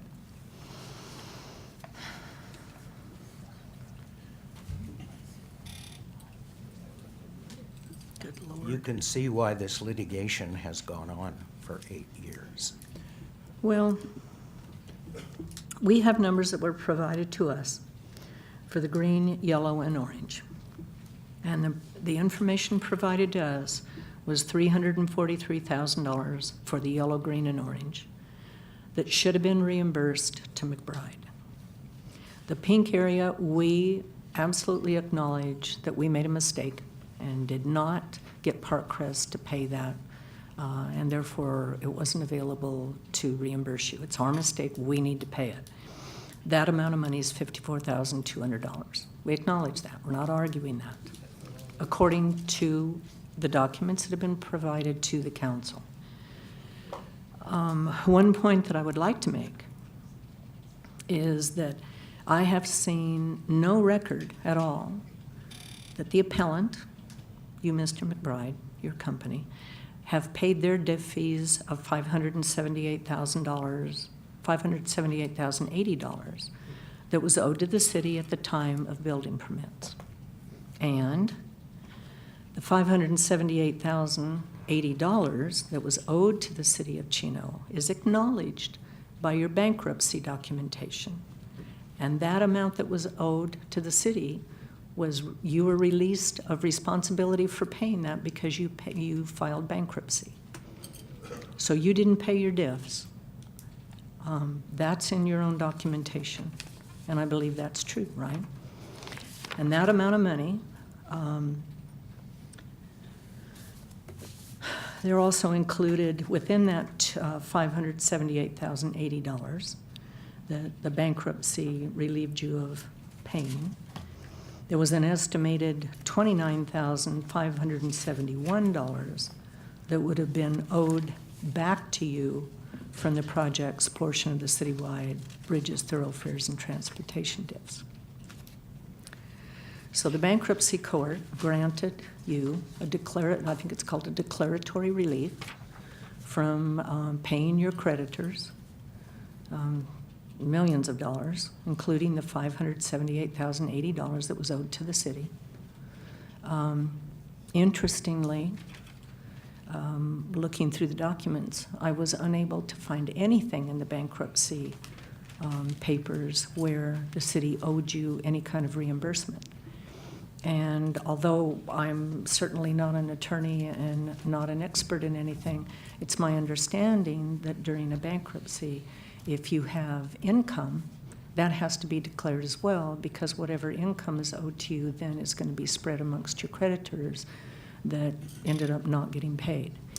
So if indeed... Well, every creditor got paid. Pardon me? Every creditor got paid. This was a reorganization. Well, we didn't get paid. Because you didn't file a claim. Mr. Allaire made a $1.4 million mistake when he didn't file a claim. So what you're going to do is what? You're asking to punish me and my family because of his mistake? We have, I don't know where the $1.4 million is. The amount that I saw on your declaration in bankruptcy was $578,080. That I disputed. I checked disputed. And they made no claim. If you thought, whatever the numbers, even if the city said I owed them $10 million in DIF fees, they never made a claim. It doesn't make a difference what the number is. Wouldn't you agree? So you don't have to pay it. So you didn't have to pay the $578,000? As a matter of law, first of all, the reason it was disputed claim is because that was the only number that McBride's had. What's listed on the bankruptcy? From the city. It's listed as a disputed. Excuse me, I think the mayor's question was very, very direct. Was it paid or not paid, right? Right. It wasn't was paid. for phase 2, which was not going to be done. That's why it was a disputed. So But was phase 1 paid? Did you guys pay diff for phase 1? I don't think any diffs I were just paid. read you the reason why he never billed me for. it's a simple yes or no question. Did you pay the fee or was it discharged in bankruptcy? I paid all the fees that were required when I pulled the permit. I can But just you tell didn't pay that. the diffs? I don't know all the exact fees off the top of my head, but I can tell you I paid all the fees that were required prior to pulling building permits, and it was checked by city staff long before they ever issued an occupancy permit to make sure all the fees that were required. Well, you had 3 phases on Yes. your property. Okay, I'd Yes. like to see the map of the property that shows the phases.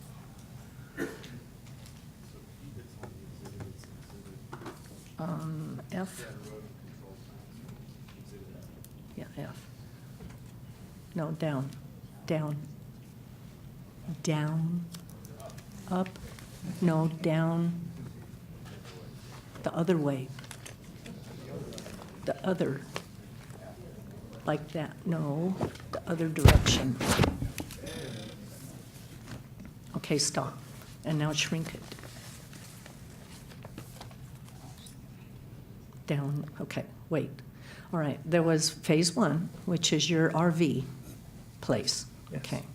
And there was phase 2, which was supposed to be a self-storage. Correct. Okay, and there was phase 3, which was the office Yes. area. You constructed phase 1. Yes. Okay. Phase 1, according to the hydrology report, the detention basin that you constructed represented everything needed for your whole plan, which was phase 1, 2, and 3.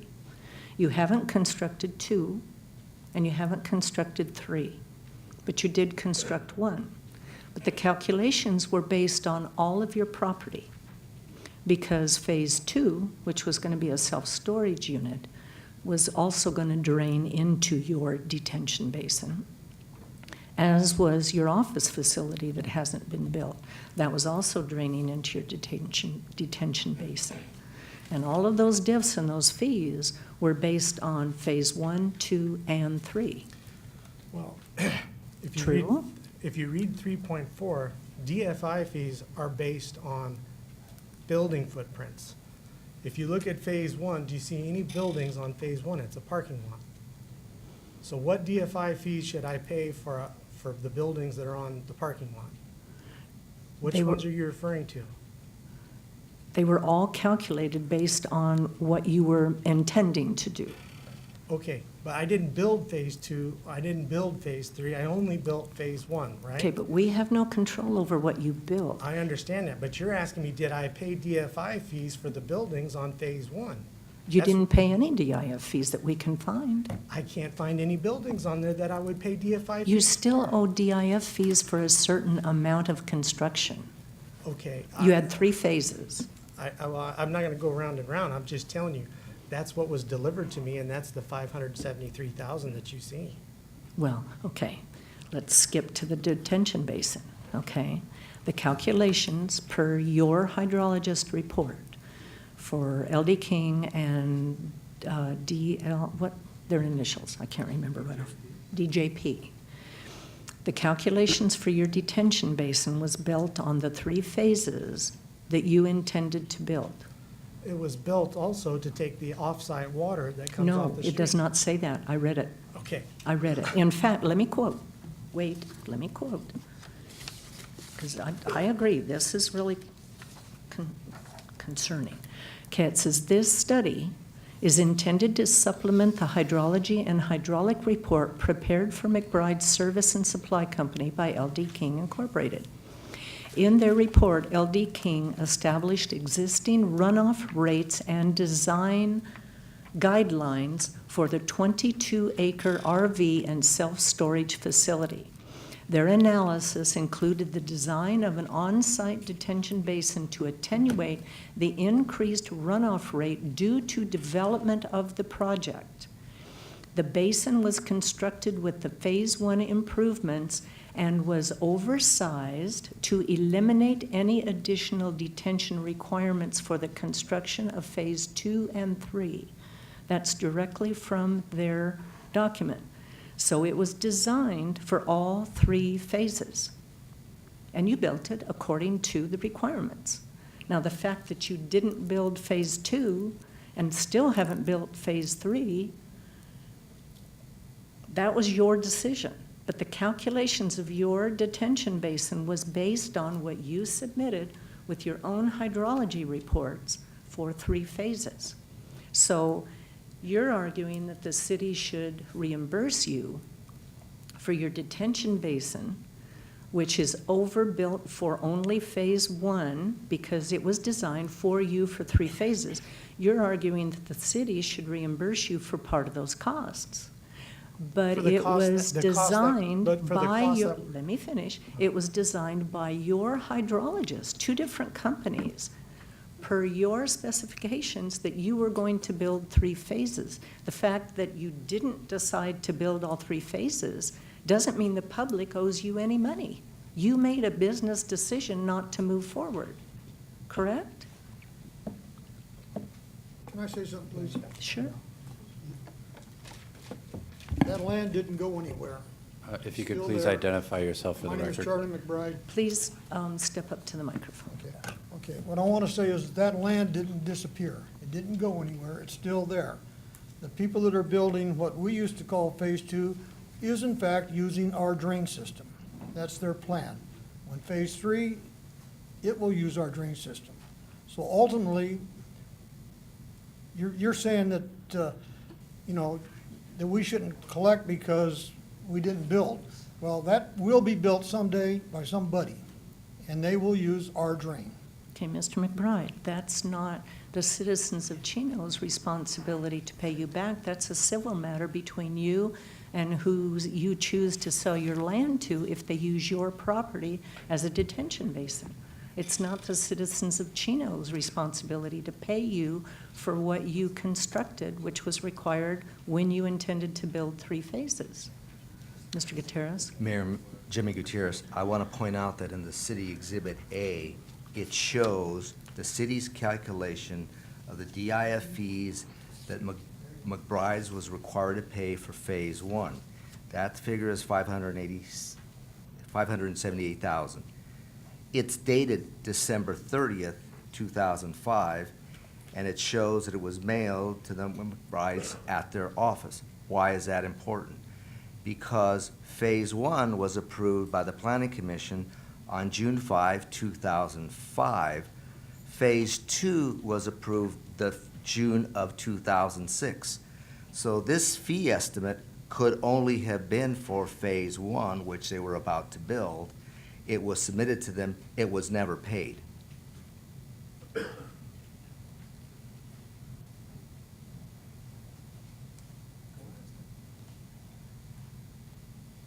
only response I have to that is, why did Mr. Alira, when meeting with Jim Hill,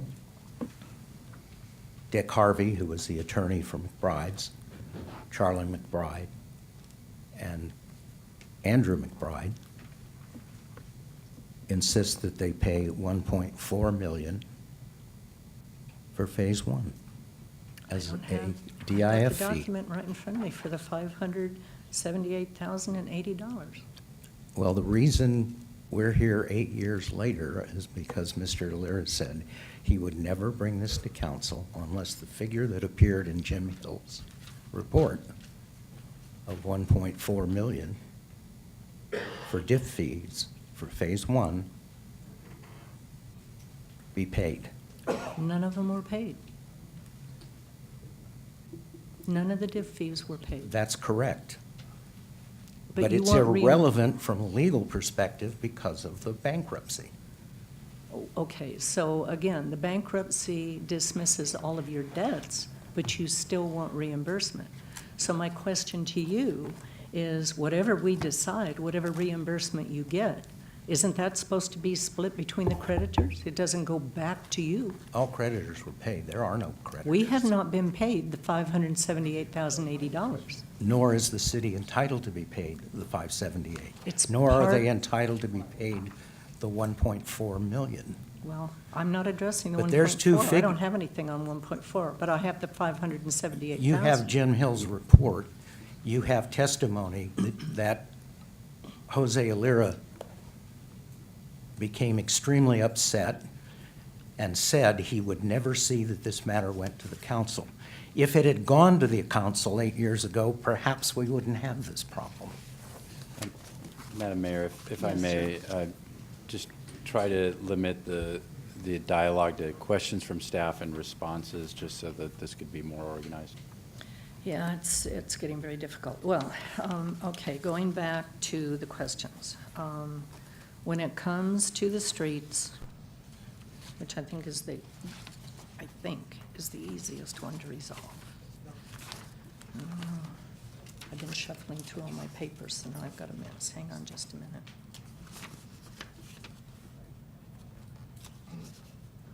Okay. I touched on the yellow, green, and orange, which according to our attorney, our calculations is $343,000. Can you put that map back up? The pink was $54,200. Okay, that is to be reimbursed to McBride. A point that I had made was no diffs have been paid by Mr. McBride, which was supposed to be, and there's a document stating it was supposed to be $578,080. But technically, we owe our portion of the diffs. My question would be, and I don't know who to ask this question of, whether it would be Mr. Galante or Mr. Fisher, again, because of bankruptcy, if that amount was owed to the appellant, to Mr. McBride, that should have been declared in the bankruptcy so that that money was distributed. So if the council comes to an agreement on what is owed to the appellant, who do we cut the check to? So, Madam Mayor, that's a good question, and now that the bankruptcy petition is an exhibit to what you're looking at today, I was prepared to make a comment at the end of the public hearing about that. Okay. To the extent that this council wants to issue any reimbursements, I share that concern about, we certainly wouldn't want to create any problem with the bankruptcy court. The creditors certainly wouldn't want to potentially be accused of paying a debt that was a pre-petition debt to the petitioner in the bankruptcy court. So I think there'd have to be some analysis as to whether or not any payment to Mr. McBride is subject to that bankruptcy petition and the jurisdiction of the bankruptcy court. Okay. And then also, I think Mr. Valentine had brought up the maps that show the elevations clearly, that the street is lower than the property. If you could bring that exhibit up also.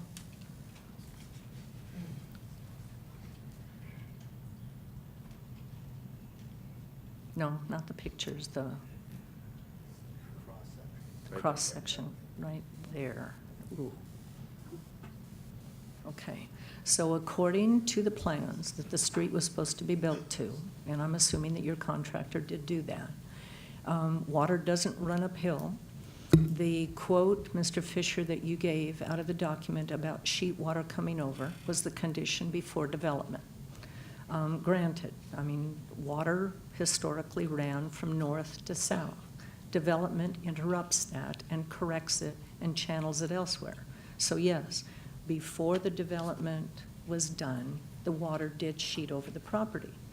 After these streets were built, which you built, you can see clearly here that the crown of the street goes down 2% to the curb, and then it goes up 2% for the parkway, up for the land past that, and then the finished grade is lower. So there are no outlets from Kimball onto the McBride property. According to the hydrologist's report, all of that detention basin was based on the hydrology report for phases 1, 2, and 3. It did not acknowledge any water coming onto the property after development. The street was constructed so that there was a crown, and then the water ran east and west. It doesn't go onto the McBride property. So my question is, do you have engineering proof, not pictures that went back years ago, do you have engineering calculations or proof to show that water flows from the street onto the property?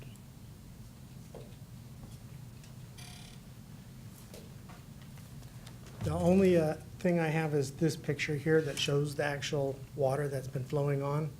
And I have Mr. Hill's calculations where he already approved the detention system for credit and reimbursement.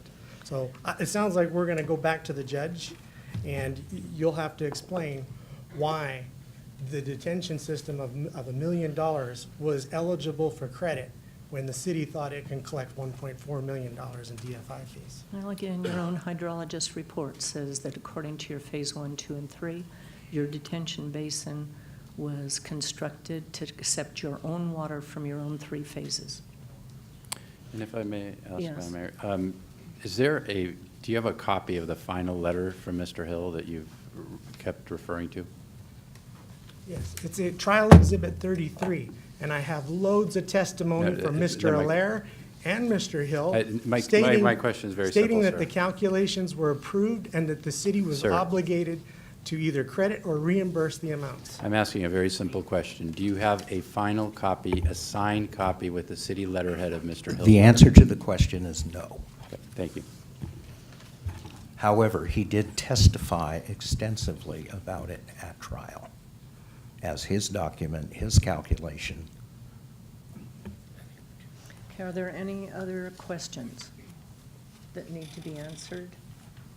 Okay, then, I'd like to make 2 corrections, Mayor.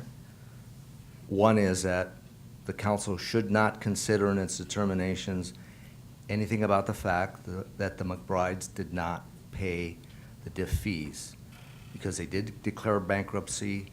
There was no obligation after they declared bankruptcy, so we shouldn't consider it. Secondly, is that whatever their fees should have been were not deducted from the amount that Mr. Gilbertson testified to as far as reimbursement. I specifically asked him that question, did you deduct the DIF fees? The reason for that is because Chapter 3.45 states that before we do any reimbursement, we have to deduct out what the fees should have been and pay the difference. In this case, we did not do it precisely for this reason. So we cannot penalize the McBrides because they didn't pay the fees. That's number one. Number two, with respect to the allegation that there's off-site water going on to the site, the only reason we ever even offered evidence about the fact that there is no evidence that the water goes from off the site onto the site and into the retention basin was because we knew that the McBrides were going to make a claim for reimbursement based on paragraph 12.13D. We knew they were going to do that. But if you look at the actual language, it says credit, which means not reimbursement. It means we reduce what their fee should have been by the money they spent. But because they didn't actually pay any fees, there's no reduction of it. They've already, in effect, had the reduction by not paying it, but it doesn't provide for reimbursement. Lastly, when I get a chance, when you give me a chance, I'd like to state for the record the exhibits to which I object. Just a quick clarification. What he said there, well, stating that, well, I can't get a reimbursement simply because I didn't pay any fees. That's nonsense. That's just basically saying we're going to punish the McBrides because Mr. Allaire didn't do his job. So I get the feeling just from that the council's decided to make up their mind, so. Well, I disagree with that. I don't think we've decided to make up our minds on anything at this point. If there are going to be objections to documents, I need to note those appropriate for McBride. Okay. For then- example, the documents delivered after hours last night that you saw today, tonight. And the document that you submitted today also, then we should object to. We didn't submit anything today. We got a two-page document that you referred to. Included, there That was was included already. in the You hard. just gave us another copy? There was a hard copy made, one hard copy made for the public where that exhibit was somehow messed up. Okay. But in your packet, in your electronic copy, it's perfectly copied. Yeah, and also that about half of the documents we originally submitted, granted, you couldn't read some of them because we had to submit them by fax, but about half of those were missing from the packet given to the council. I discovered that on November 20th. It's 1,400 pages. No. Oh, I've got them right in front of me. The whole thing. So there were two sets of faxes, and there was a clerical error when the agenda was posted. The agenda recognizes that clerical error. So that is why the entirety of the documents, both that were faxed to me, have been reproduced, as well as the additional documents that Mr. McBride's lawyer had provided to me last week. Mr. Galante had given us a deadline to submit documents. Both of us submitted documents. Anything after that date, which I think was November 8th? November 9th. November 9th. After that date, nothing should be submitted. But last week, I got another email from Mr. Galante with documents that Mr. Fisher had submitted, and I compared those documents with what had been submitted before, and some of them had already been submitted, so I have no objections, but the ones that are new and that had never been submitted by the deadline are, and this is an outline of the exhibit summary that Mr. Fisher provided. It shows exhibits 1 through 30. The ones that are new are exhibits 18, 19, and 23 through 30. Those are new. They came after the deadline. I object to them being included in the council's consideration because we had no opportunity to rebut them. I can address the objections after you close the public hearing, Madam Mayor. Is there any more information from the appellant? Not unless the council has questions. Okay, any other questions? Okay, then I'll close the public hearing. Mr. Galante. Yes, it is entirely your decision as to whether or not to consider the objections to the evidence. There was, as I understood later, a clerical error when the agenda was being put together. A set was not included, so that's why a full set is included. I know Mr. Gutierrez didn't object to those additional exhibits. It's the exhibits that were provided even after the fact that were never provided to my office on November 9th. I know the city has produced some additional exhibits, so it is up to the council whether or not you have any concern with the provision of additional exhibits after the November 9th date. There was a continuance of this hearing, so Mr.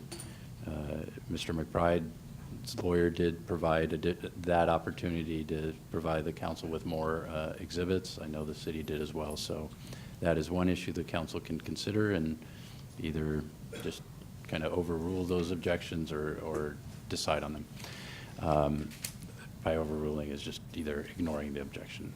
The other issue is on the bankruptcy. I did hear testimony that all creditors were paid, and that does not seem like an accurate statement. By definition, a reorganization in bankruptcy it means that creditors generally do not take 100% of the payment. So that's kind of a legal observation. But again, as I referenced earlier, to the extent that I know the petition did not include this receivable that Mr. McBride's company is seeking tonight, I do have that concern about whether or not that was something that should have been disclosed to the bankruptcy court, and the city paying that does not violate or cause any fraud to the creditors or the bankruptcy court. So that needs to somehow be addressed. With that, you've heard the arguments. This is the time for the council to consider those.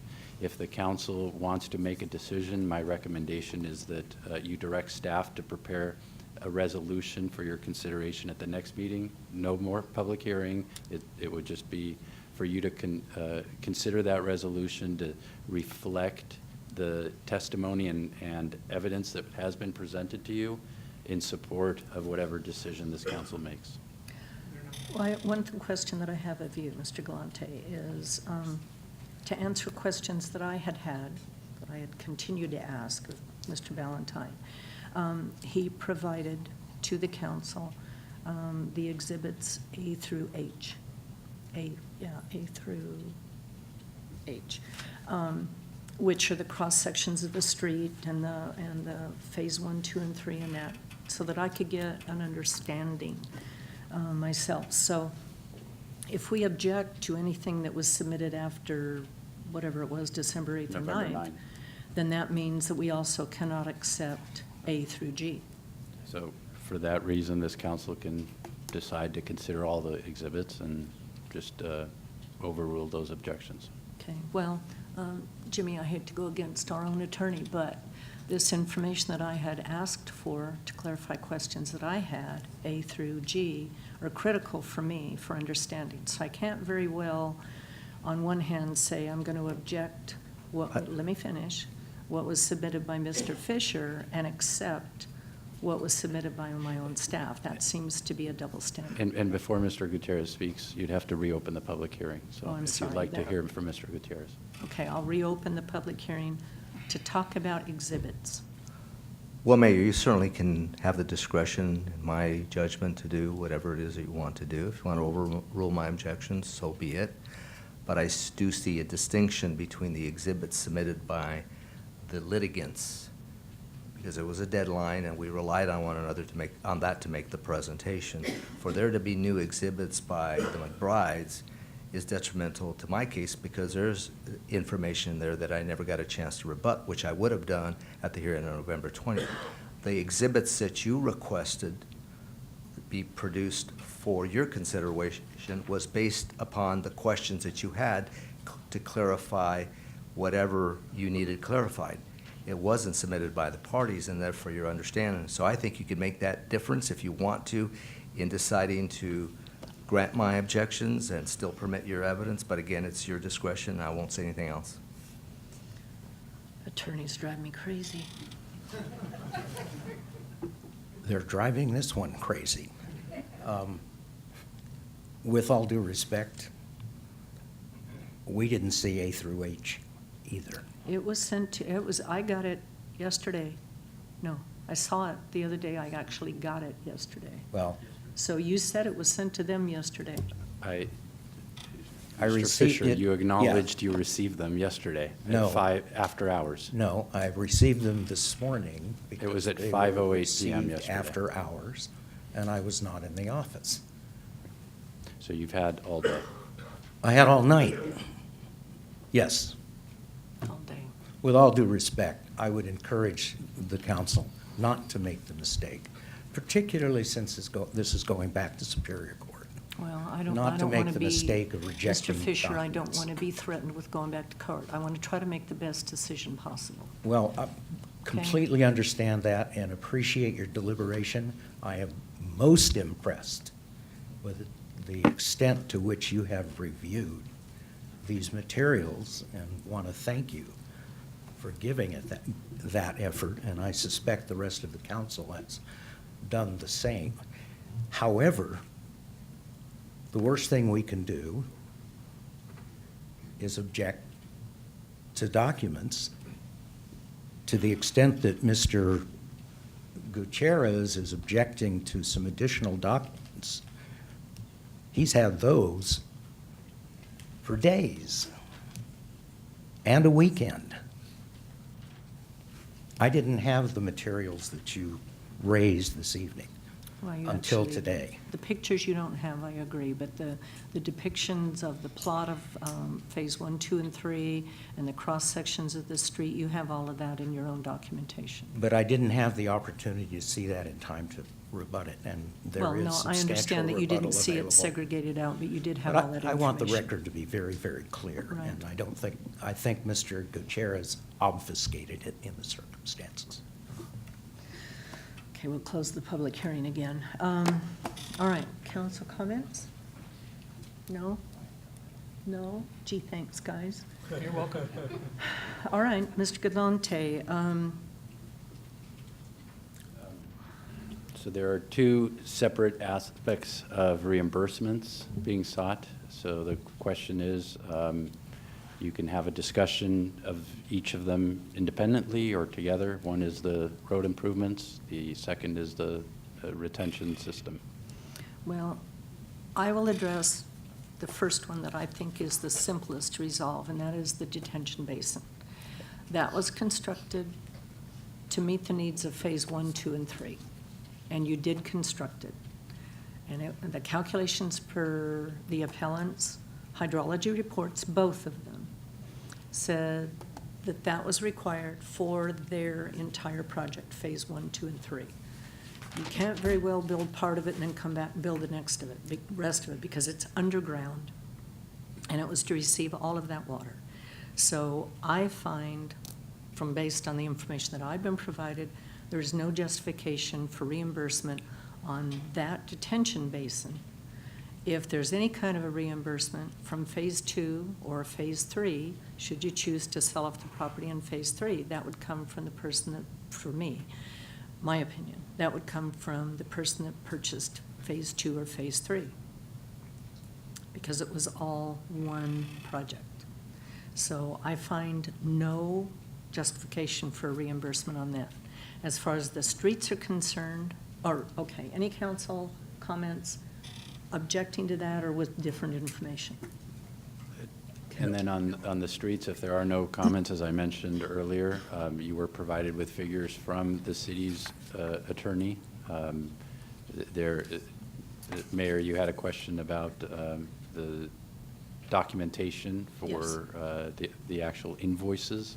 Again, as I mentioned, I believe it is the appellant's burden to demonstrate the costs are different than those that the city has provided. And if you don't have evidence to confirm the appellant's numbers, you can take that into consideration. And we don't. The only numbers that I have been provided, we have been provided with, is the yellow, green, and orange, which was 343,000, and the pink, which we admit that it was our failure. And the number that was provided to us on that was 54,200. So I can't justify paying more than that right now, because I don't feel I have the proof that there was more money spent. So that one I'm quite frankly a little bit concerned with. If there were other receipts that weren't included in the calculation, I don't know how to resolve this discrepancy. As the comments that I read earlier about the council and our authority and staff's authority still stands. I mean, Mr. McBride, even your property manager could promise somebody a whole year's free rent if they, did X, Y, Z or whatever, but that's not your permission to do. So your employees don't have permission to make promises that you don't acknowledge. And right now, I've heard your testimony on comments that were overheard or stated to you, but I don't have that documentation or that proof. So I'm kind of stuck. So as far as the streets are concerned, for me personally, I could support the 343,000 from the DIF program and the 54,200 from the general fund, because that was not a DIF reimbursement. We should have gotten that from the AMPM project, Parkcrest, and provided that to Mr. McBride. So it's not a DIF reimbursement, but other than those two figures, I don't have the justification to have a gift to public funds. I have to have the proof. And I don't have that proof. So I would appreciate a recommendation on that. Well, we have to make a Mayor, motion. if that is the numbers that you've found are supported by the evidence, those are the numbers you can support. So if you'd like to make a motion to bring back a resolution that includes the repayment of the 343,000 from the DIF program and the 54,200 from the general fund, that could be part of your motion. I heard you also say that there's also on the retention issue, you did not find evidence to support that the site is accepting off-site flows and in a permanent condition. So that could be included, and a resolution would be brought back for your consideration with those determinations. Well, I would also like the resolution to include details about the detention basin, and that is there are no outlets that drain water from the street into that detention basin, that it was designed according to phases 1, 2, and 3, and that according to the hydrologist report, it was designed appropriately. And that unless we're presented with engineering data or the scientific data that there's actually water that currently flows onto that project, I don't see how we can reimburse something that the public doesn't know. Council comments? I have a question, please. Yes, Mr. Elrod. Fred, I wasn't at the first hearing. Can I still vote on this, not being at the first hearing? Have you been able to review the evidence from the hearing? Essentially, we've provided all of the documentation on this agenda. Yeah. So if you've been able to review that, I don't see an issue with you participating. Okay, thank you. I would even ask the appellant if there's any objection to your participation. Yeah, that's fine. Do you object, Mr., well, do I have to open the public hearing Yes. again? Okay, If reopen it's the been- public hearing. Do you If object? it's been thoroughly reviewed, we have no objection. Okay, there is Thank no you. objection. Close the public hearing again. Okay, so is there a motion to support the recommend?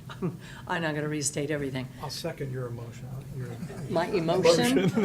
This is getting emotional. Yeah. Did you make a motion? Okay, I will make the motion Okay. to produce the resolution that documents the discussion and the decisions of this evening. And there's a second from Mayor Pro Tem Howie. Okay, all those in favor? Before the vote, if I could just Yes, sir. clarify. So just to be super clear, the motion will be a denial of any DIF reimbursements for the on-site retention claim, portion of the appellant's claim. Yes. The second aspect is for reimbursement of the street improvements for $343,000 from the DIF and $54,200 from the general fund for the portion of the streets. Yes. And we'll include in the resolution that all of the appropriate findings, including the one you referenced, Madam Mayor, of the fact that there's no outlets from the street onto the property. And how the calculations of 343 and the 54,200, I want that in that document, how we arrived at those numbers. Also, there's still the hanging question of the bankruptcy and Right, how that that was falls my- into place. My last point is that I would want, before the city actually issues any check, I would want some confirmation that we are not causing any fraud or inappropriate action with respect to the creditors, the bankruptcy court's jurisdiction, by paying something that could have been a pre-petition obligation of the city and something that should have been disclosed in the bankruptcy petition as a receivable. And how is that determined? How do you resolve It may be that? a question that we need some verification either from the bankruptcy court or something that perhaps you can authorize me to verify that justification. Okay. Okay. Can that be part of the motion also, that we authorize Fred to do the investigation on who gets reimbursed? I wouldn't do the research. I'd want that evidence provided to me, that whether from the bankruptcy, from the appellant confirming that the bankruptcy court doesn't have a concern with that, or some other record that I can rely on. Okay, but I want that clearly Yeah, stated somewhere. In the so- resolution, yes. Yes. Okay. Do you need a record for, do we need to vote electronically then? A roll call vote. A roll So as call. long as it's demonstrated in the record how each voted and stated out loud, that checks off that box. Okay, Angela, would you do the roll call vote, please? Mayor Ulloa, Yes. Mayor Pro Tem Howie, Yes. Councilmember Elrod, Yes. Councilmember George, Yes. Councilmember Rodriguez. Yes. Okay, then the item passes unanimously And the resolution will come back to the meeting. in January. In January. January 15th? January 15th. 15th. January For 15th. adoption. And again, the public hearing's closed. It's only for consideration of the resolution. Yes. On the objections, I assume the council has overruled those? Yes. Okay. Yes, I wish all documents to be included. Next on the agenda is item number 21, under new business, joint use, funding, management, and maintenance agreement for the Bickmore and Kimball Basins. Our staff report this evening will be provided, it's not provided by Nick. Who's providing? Jim? We're on item number 20. We're on item 20? Oh, good heavens, hang on. You're right, sorry about that. No, item number's, oh, yeah, sorry. Okay, next on the agenda in public hearing is item number 20, City of Chino user fees. This is to conduct a public hearing and adopt resolution number 2018-058, updating our user fees for city-provided services effective January 1st, 2019. Before our staff report, I'd like to open the public hearing, and our staff report this evening will be provided by our Director of Finance, Mr. Rob Burns. Good evening, Mayor, members of City Council. So you're trying to bypass the easy reports tonight, huh? Oh, my gosh. Tonight, I bring before you the annual update and review of the city's user fees. These fees are designed to cover the costs of providing city services. Staff has utilized the 2018-19 fiscal year adopted budget to establish the proposed user fees. Fees change year to year based on numerous factors, including who performs the service, how long it takes, and changes in the adopted budget. Each year, some fees go up and some fees go down. This year, there's an overall increase in the user fees of 5.65%. Additionally, staff analyzes the impact of these proposed fees on small residential development as well as a medium industrial development.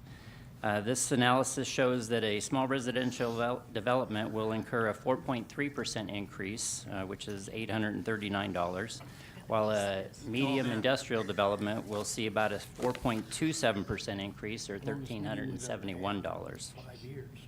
There's several new fees associated with recreation programs in the proposed fees.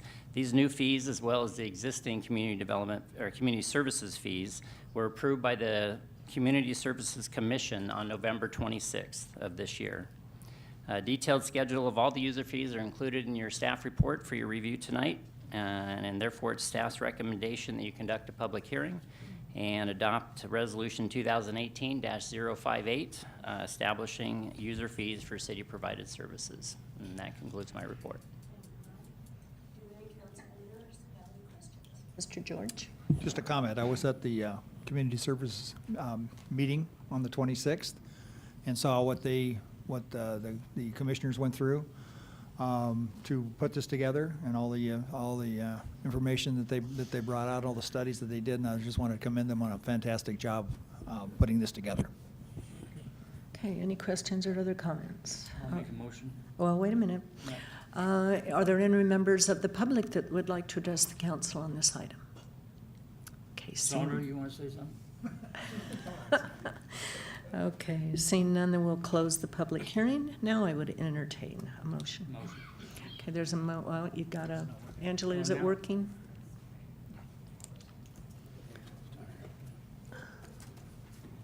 Okay, there's a motion from Councilman George, second from Mayor Pro Tem Howie. Looks like he beat you. Yeah. It's too late for me, I can't move that. So you have to vote. Too late. And the item passes unanimously. Okay. Next item under new business, item number 21. Joint use funding management and maintenance agreement for Bickmore and Kimball Kimball Basins. Our report this evening will be provided by Mr. Nick Ligori, our Director of Development Services. Nick. Thank you, Mayor and council members. It seems like no one wants to hear my report tonight. Almer's trying to pass me up. So I'm very proud of this project, by the way. You are. This project is actually the accumulation of over 12 years of work between the city, Lewis Communities, the Rivers and Lands Conservancy, West Valley Mosquito and Vector Control District, the State Department of Fish and Wildlife, and the United States Army Corps of Engineers. It's a Herculean task, actually, to create this natural treatment system. When the preserve specific plan was adopted and the area was annexed into the city in 2003, it was envisioned that there would be a series of stormwater basins that would be vegetated to mimic wetlands that would be built along existing drainage in order to naturally clean the water before it entered the Prado Basin. This natural treatment system would slow the flows of stormwater. It would also clean the water as it passed through the artificial wetlands, and it would also provide habitat for migratory birds and the burrowing owl. And so this series of basins was constructed. They're there today. You can see they've been there for more than 10 years between Kimball and Bickmore Avenues west of Mill Creek. The Preserve Resources Management Plan, or the RMP, adopted as a comprehensive biological mitigation plan for the preserve, included the habitat portion of the basins as a project. The city collects RMP fees, kind of like a biological diff for the preserve, which we then use to build these improvements. Lewis built these NTS basins as part of the ultimate infrastructure for both master plan of drainage and the resources management plan. An additional component of the RMP was to collect fees to develop a non-wasting endowment that would allow a conservancy to maintain this habitat area in perpetuity. The Rivers and Lands Conservancy was selected by the city to hold this conservation easement in perpetuity, and the city will also give the Rivers and Lands Conservancy a non-wasting endowment for their use to maintain this and to continue to study this habitat in perpetuity. And so by taking the recommended action in the staff report tonight, the council will allow for agreements to be approved and for the conservation area to be formally established, as well as acknowledging the responsibilities of each party. Therefore, staff would recommend the city council take the actions as noted in the staff report. I'd also like to point out that Joseph Edwards from Lewis Communities, who is the developers coordinator on the project, is in the audience if you have any questions for him, and I would be happy to answer any questions as well. Thank you. Okay, thank you, Nick. Any questions from the council members? Okay, Nick, I have a question. The Conservancy, if there are issues with these basins, say mosquito problems or something, is it the Conservancy's responsibility to take care of those issues? So the Conservancy actually has a limited role in the basins. I'm pulling up right now an element of the staff report where we discuss the various items in the layers of agreements. It's kind of a sandwich.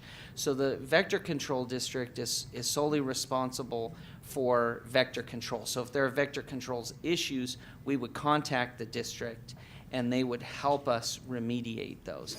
Because it's a blue line stream, it's a designated waters of the United States by the Army Corps of Engineers, there are certain things that the vector control district would run afoul of state and federal law if they were to introduce non-native species like Gambusia or something like that. But there are other things that can be done that will not create any artificial inputs, if you will, into that system. The Conservancy's role is to manage the burrowing owl habitat that is located along the perimeters of the basins. And so they will assess it on an annual basis. They will make sure that the burrows are maintained and not destroyed. And they will also evaluate raptor foraging, because there are trees in the area, and then as well the migratory bird habitat that's in the ponds. Now the ponds, the vegetation in the ponds and the surrounding vegetation, the trees and everything, that is a responsibility of the Master Maintenance Corporation. In the development, the city's responsibility is for the stormwater infrastructure itself. So the desilting forebay, the weirs, the outlets that are all the concrete and steel, if you will, the riprap that slows the velocity of the water exiting the basins and into the channel. Those hard pieces of infrastructure are the responsibility of the city. So there are several different entities that have different obligations that are spelled out in this agreement. Okay. The reason why I question is I know on the Mill Creek wetlands, because I sit on the West Valley Mosquito and Vector Control District, and there has been last year a horrible problem with mosquitoes there. So there's a requirement for these facilities that slow the water down and treat it naturally, but at the same time it's building a habitat for the reproduction of mosquitoes that carry extremely dangerous diseases. So it's a catch-22. You want to do what's right for the water and the water conservation, but at the same time, sometimes you're creating a habitat that you really don't want. So this, even though it's been there for 10 years, when you look at Mill Creek wetlands, there are some real issues that are coming up now, especially down in the Prado Basin. But I want to congratulate staff. I mean, working with Army Corps of Engineers is almost impossible. So congratulations on a 10-year effort. So are there any questions of staff or issues, concerns? Seeing none, then I would entertain a motion. Motion from Councilman George, second by Councilman Elrod. And there are no objections, so this item passes. Item number 22, amendment number 2, cooperative agreement and approval of final aesthetic design interchange improvements at Central Avenue and State Route 60. This is to approve Amendment Number 2 to the Cooperative Agreement, number 15-10001091, between the City of Chino and San Bernardino County Transportation Authority, and approve an increase to the Measure I 5-year capital project needs analysis. And our staff report this evening will be provided by our Director of Public Works, Almer Jacker. Mayor and council members, this item is to consider amendment to the co-op agreement between City of Chino and SBCTA for State Route 60 and the Central Avenue project. The improvements consist of widening of the bridge to accommodate 3 lanes in each direction and also 2 left turn lanes in each direction. There's also room for bike lanes and sidewalks. The east and westbound entrance ramps will be widened to accommodate 2 general purpose lanes and 1 HOV lane as well. In 2013, City and San Bernardino County Transportation Authority entered into an MOU for SBCTA to take the lead for this project. At that time, the total cost of the project was $20,591,000. The way this project is set up, there's a local share, which includes City of Chino, County San Bernardino, and City of Montclair, and that share is 58.8%. The share by SBCTA is 41.2%. The project now is in final stage of design, and the new cost estimate is $31.7 million. Several factors, including overall cost increase in the project, cost, environmental issues that have to be addressed, and some items to address issues from Caltrans caused the cost to go up.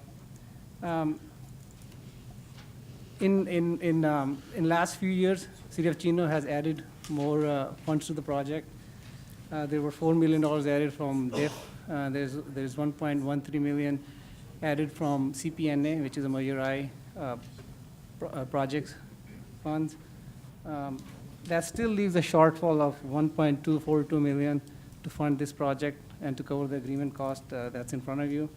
So staff is recommending that you take that 1.42 from the CPNA unallocated funds, and that would raise the total funds used from CPNA to $2.375 million for this project. Doesn't involve any additional DIF at this point. So all of the money funding coming from is from CPNA. In addition to that, in June of 2018, SBCTA provided several design concepts to the design review board for the landscaping and for the wall treatment. And that's on the screen. You can see the landscaping for that area and also the treatment of the bridge. We're also recommending that you review that and approve the wall treatment and landscaping concepts as well. With that, concludes my report. I'll be happy to answer any questions. Okay, questions or council? I do. Questions or comments from council? I do. Okay. Thank you. Mayor Pro Tem Howie. Well, I just want to say that this particular project, well, everybody knows if you drive up Central Avenue, how crowded and how much traffic we have. And widening it to 6 lanes, 3 on each side, is going to be a vast improvement. And we have worked on this project, I don't know, 12, 13, 14 years it's taken to get this. I can remember when Dennis Yates had said, wow, we've moved up to number 3 in the county on this particular project. And I look at the plans for this, and they look great. I mean, it's going to really beautify that whole, just under the off-ramp and everything around it.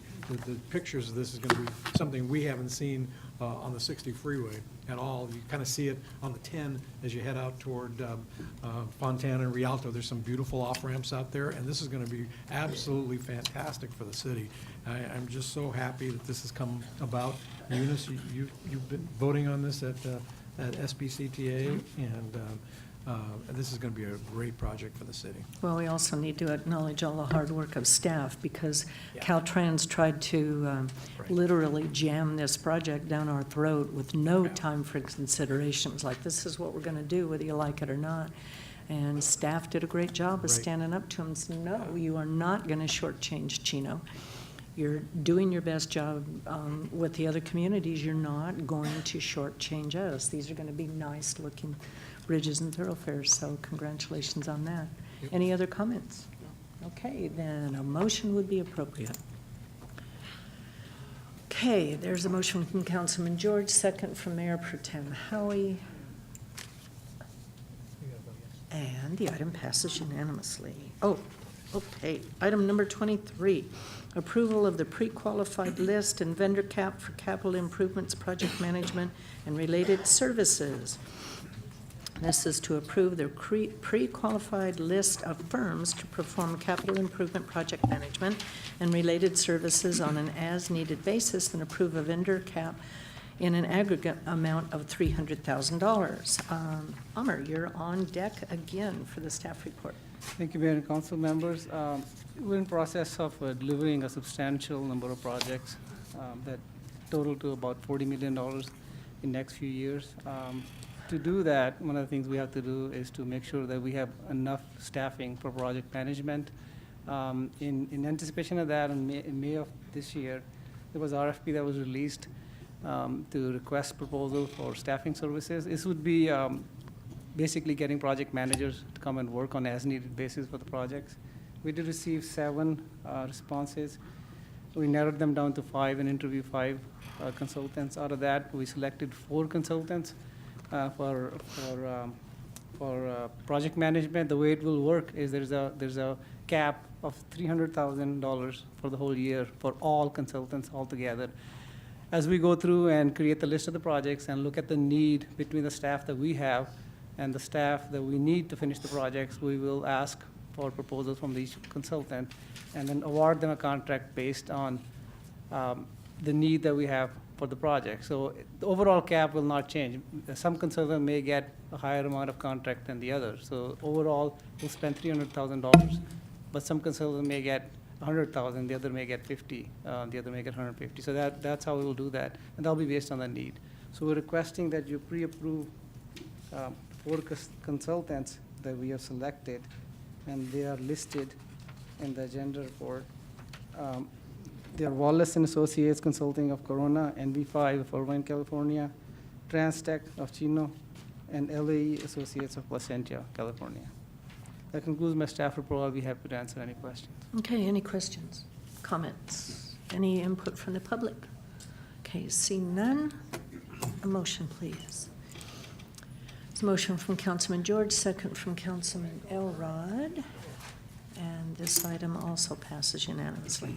Next item on the agenda is mayor and council reports. Mayor Pro Tem Howie. Wow. Gee, a short meeting this evening, right? Everybody okay in the audience out there? Well, let's see. I attended, I'm not going to go through each individual. I attended a number of different water meetings for Water Facilities Authority and CDA. And of course, last night, the Water Master had their 40th anniversary dinner out at the Ontario Convention Center. It was very well attended. We got the whole history of water in the basin, and it was good. It was very good. Eunice might mention a little bit about that. Other thing I want to say was the Seroptimus of Chino Valley is holding a holiday auction on December 13th at Central Basco Restaurant from 6 to 9 p.m. You get to go and bid on holiday ornaments and holiday things, and it's a lot of fun, and they have hors d'oeuvres and things, so please attend that event. And then the last thing I want to say, that on a May 9th in 2001, Councilmember Elrod was kind enough to appoint me to the City Council, and I always thank you for that, Earl. I thank you for your service to the city for 20 years. When I got on the council, I got on the committee for streets, and Earl was like, he presided over the meetings, and Earl says, we're going to spend $2 million and get these streets up to standards. And I was like, wow, $2 million, that's a lot of money. But I tell you what, if 20 years ago, if you drove in this city and you drive today, we haven't fixed every street, but our streets are in way better condition than they were. And I thank you, Earl, for helping and all of the things for the development that we've had. You've done a great job for us. And on a personal note, for you and your wife and your family, you've always been very kind to me, and I appreciate that. And you've been a great steward for this city for 20 years, or longer than that, even when you're on the planning commission. Thank you, Tom. So thank you for. I needed your vote, that's why I've been kind. Yeah, I know, you wanted my vote. That's Earl, that's my buddy. So, and then on the other, next to me, Garey George, I want to thank you, Garey. You've done a fantastic job, way more than I expected, when. Well, no, I didn't mean my expectations were low. That was bad. That was really bad. You just took that in a No, that was different bad. That was I bad. expected a lot out of him, but he exceeded those. That's what I should have said. Okay, that's good. Let me refrain that, my comment. Refrain or rephrase? That too, whatever.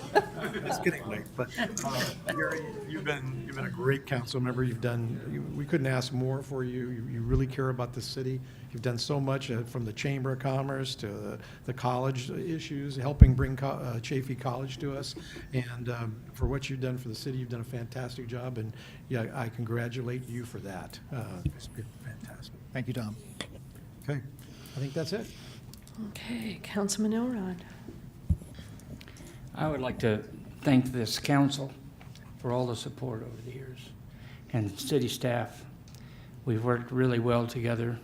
And I'd like to thank all the constituents that supported me and helped me through the years. And it means a lot. Chino's looking good. Yeah. Thank you. Councilman George. Just a few items to keep Earl here and Brenda. On the 20th, and I'm going to kick this off with Earl comments. On the 20th, I went to Earl's retirement party and just told him on a person-to-person basis. That's why I didn't come up to speak before. But when Earl first ran, 20 years ago? Yeah. I walked precincts with him when we were at large. Walked precincts with him because I totally believed in Earl and his commitment to Chino, and I still totally believe in Earl and everything he's done for this city, and I really appreciate what you've done, and that's the reason I walked with you, because I believe in you and I still believe in you. So Thank you, I'll let you Garey. know. Thank you. On the 26th, as I already said, I went to the Community Services Commission meeting. Excellent. On the 3rd, I went to the Planning Commission meeting, and I'm going to comment on that. You notice we had 3 items that were pulled tonight from the consent calendar because of the issues that came up at the Planning Commission meeting. Thank you, Stubby. And I've never seen this before. Steve called for a recess, and those issues were hammered out by the developer, the staff, everybody that was involved, and because of that, I think it took about 10 minutes, Steve, or something like that. Because of that, those issues were taken care of that evening, and I hadn't seen that before, and it was very refreshing.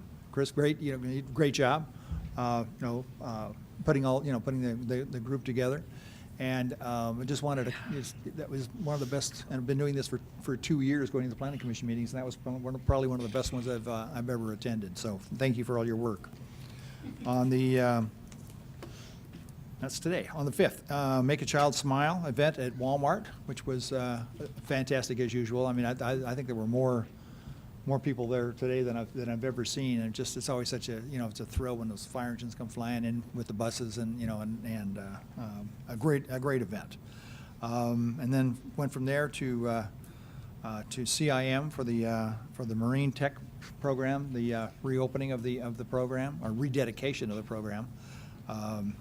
I don't know what happened out there. It was like 30 degrees out there for some reason. It was freezing, but the program was great, and they do that Marine Tech program. And you talk about getting rid of recidivism and rehab programs. That is probably one of the best in the country, because the underwater divers and welders that graduate from that program, there are people waiting for them at the gate to be hired immediately, and they don't come back. And because I probably won't be giving this report at the next council meeting, I'm going to tell you about what's coming up.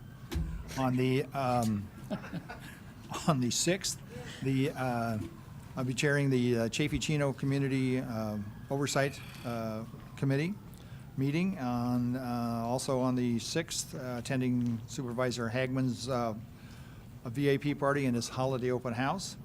And then shooting up to Rancho Cucamonga for the, again, Chaffey Chino Oversight Group, the vendor appreciation dinner. On the 11th, be chairing the CIM-CIW Oversight Board meeting. On the 12th, the Chino Employee Christmas Lunch. And watch out, I've got a really ugly Christmas sweater, so be aware. And then on the 14th, the CPOA Holiday Party. And on the 18th, and I'm not sure how to pronounce it, Nada Repagix? Is that her name? Huh? Not a repayage. That's the one. Her retirement party. And then coming here. That's it. Okay. Councilman Rodriguez. Yes, I have a few items. November 26th, I also attended the community service meeting. It was very excellent. Good report. This Monday, December 3rd, I attended the SCAG Regional Housing Needs Assessment in Riverside. Following that, I attended Supervisor Kurt Hagman's swearing in San Bernardino. So it was very, very nice. That concludes my report. Okay. And before I get to our city manager, I just want to make a few comments, and that is, I've had the privilege to serve with Earl for a long time, starting way back on the Planning Commission, and he's a very, very dedicated man. And you're right about the $2 million, only it was $2 million a year. Yeah. So there are still sections, of course, we need to improve, but you can definitely tell when you leave Chino and go to another surrounding community, because our streets are in phenomenal shape. Yeah, they are. Earl, you've been a very, very dedicated person to the city of Chino, and I hope that you still stay involved. Oh, yeah. Sandra, hang in there. You're going to be seeing more of him, so get your honey to-do list ready. He's going to need to be kept busy doing something. I, too, attended his retirement party, and so much fun. He had a group there. What's the name of the group? I don't know, Sandra, what's their name? Enjoy. I can't think of it now. I've got it. Anyway, we're all getting older. We can't remember anything. Anyway, it is a fantastic group that plays all of the oldies. And so, mentally, I went back in time to high school and out of high school and stuff, but physically, there was no way you could ever try to dance to They got music up and like that danced? anymore. No, I didn't. You did. I didn't this time. Oh, you The didn't this last time you had the party, I did, yeah. But I want to also thank all the council members and staff for putting up with me lately. I had an eye surgery done, and it has knocked the socks out of me. Yeah. But they've put up with me, and my poor husband's had to drive me everywhere, so he doesn't get to spend hours on his computer anymore. And then Brenda Fisher. Quality time. Quality time. Yeah, she's driven me here tonight, so one of these days I'll be back to driving when they finish the other eye. But Garey, I'm going to miss you also. You have been an absolutely great council member, and it's a kick seeing you places. You're a character. You are a real character, and I've enjoyed working with you for a long time. Way back with Bob Pyle when we did the Information Technology Center.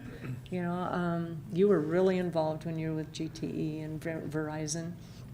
And again, So you you're have saying not.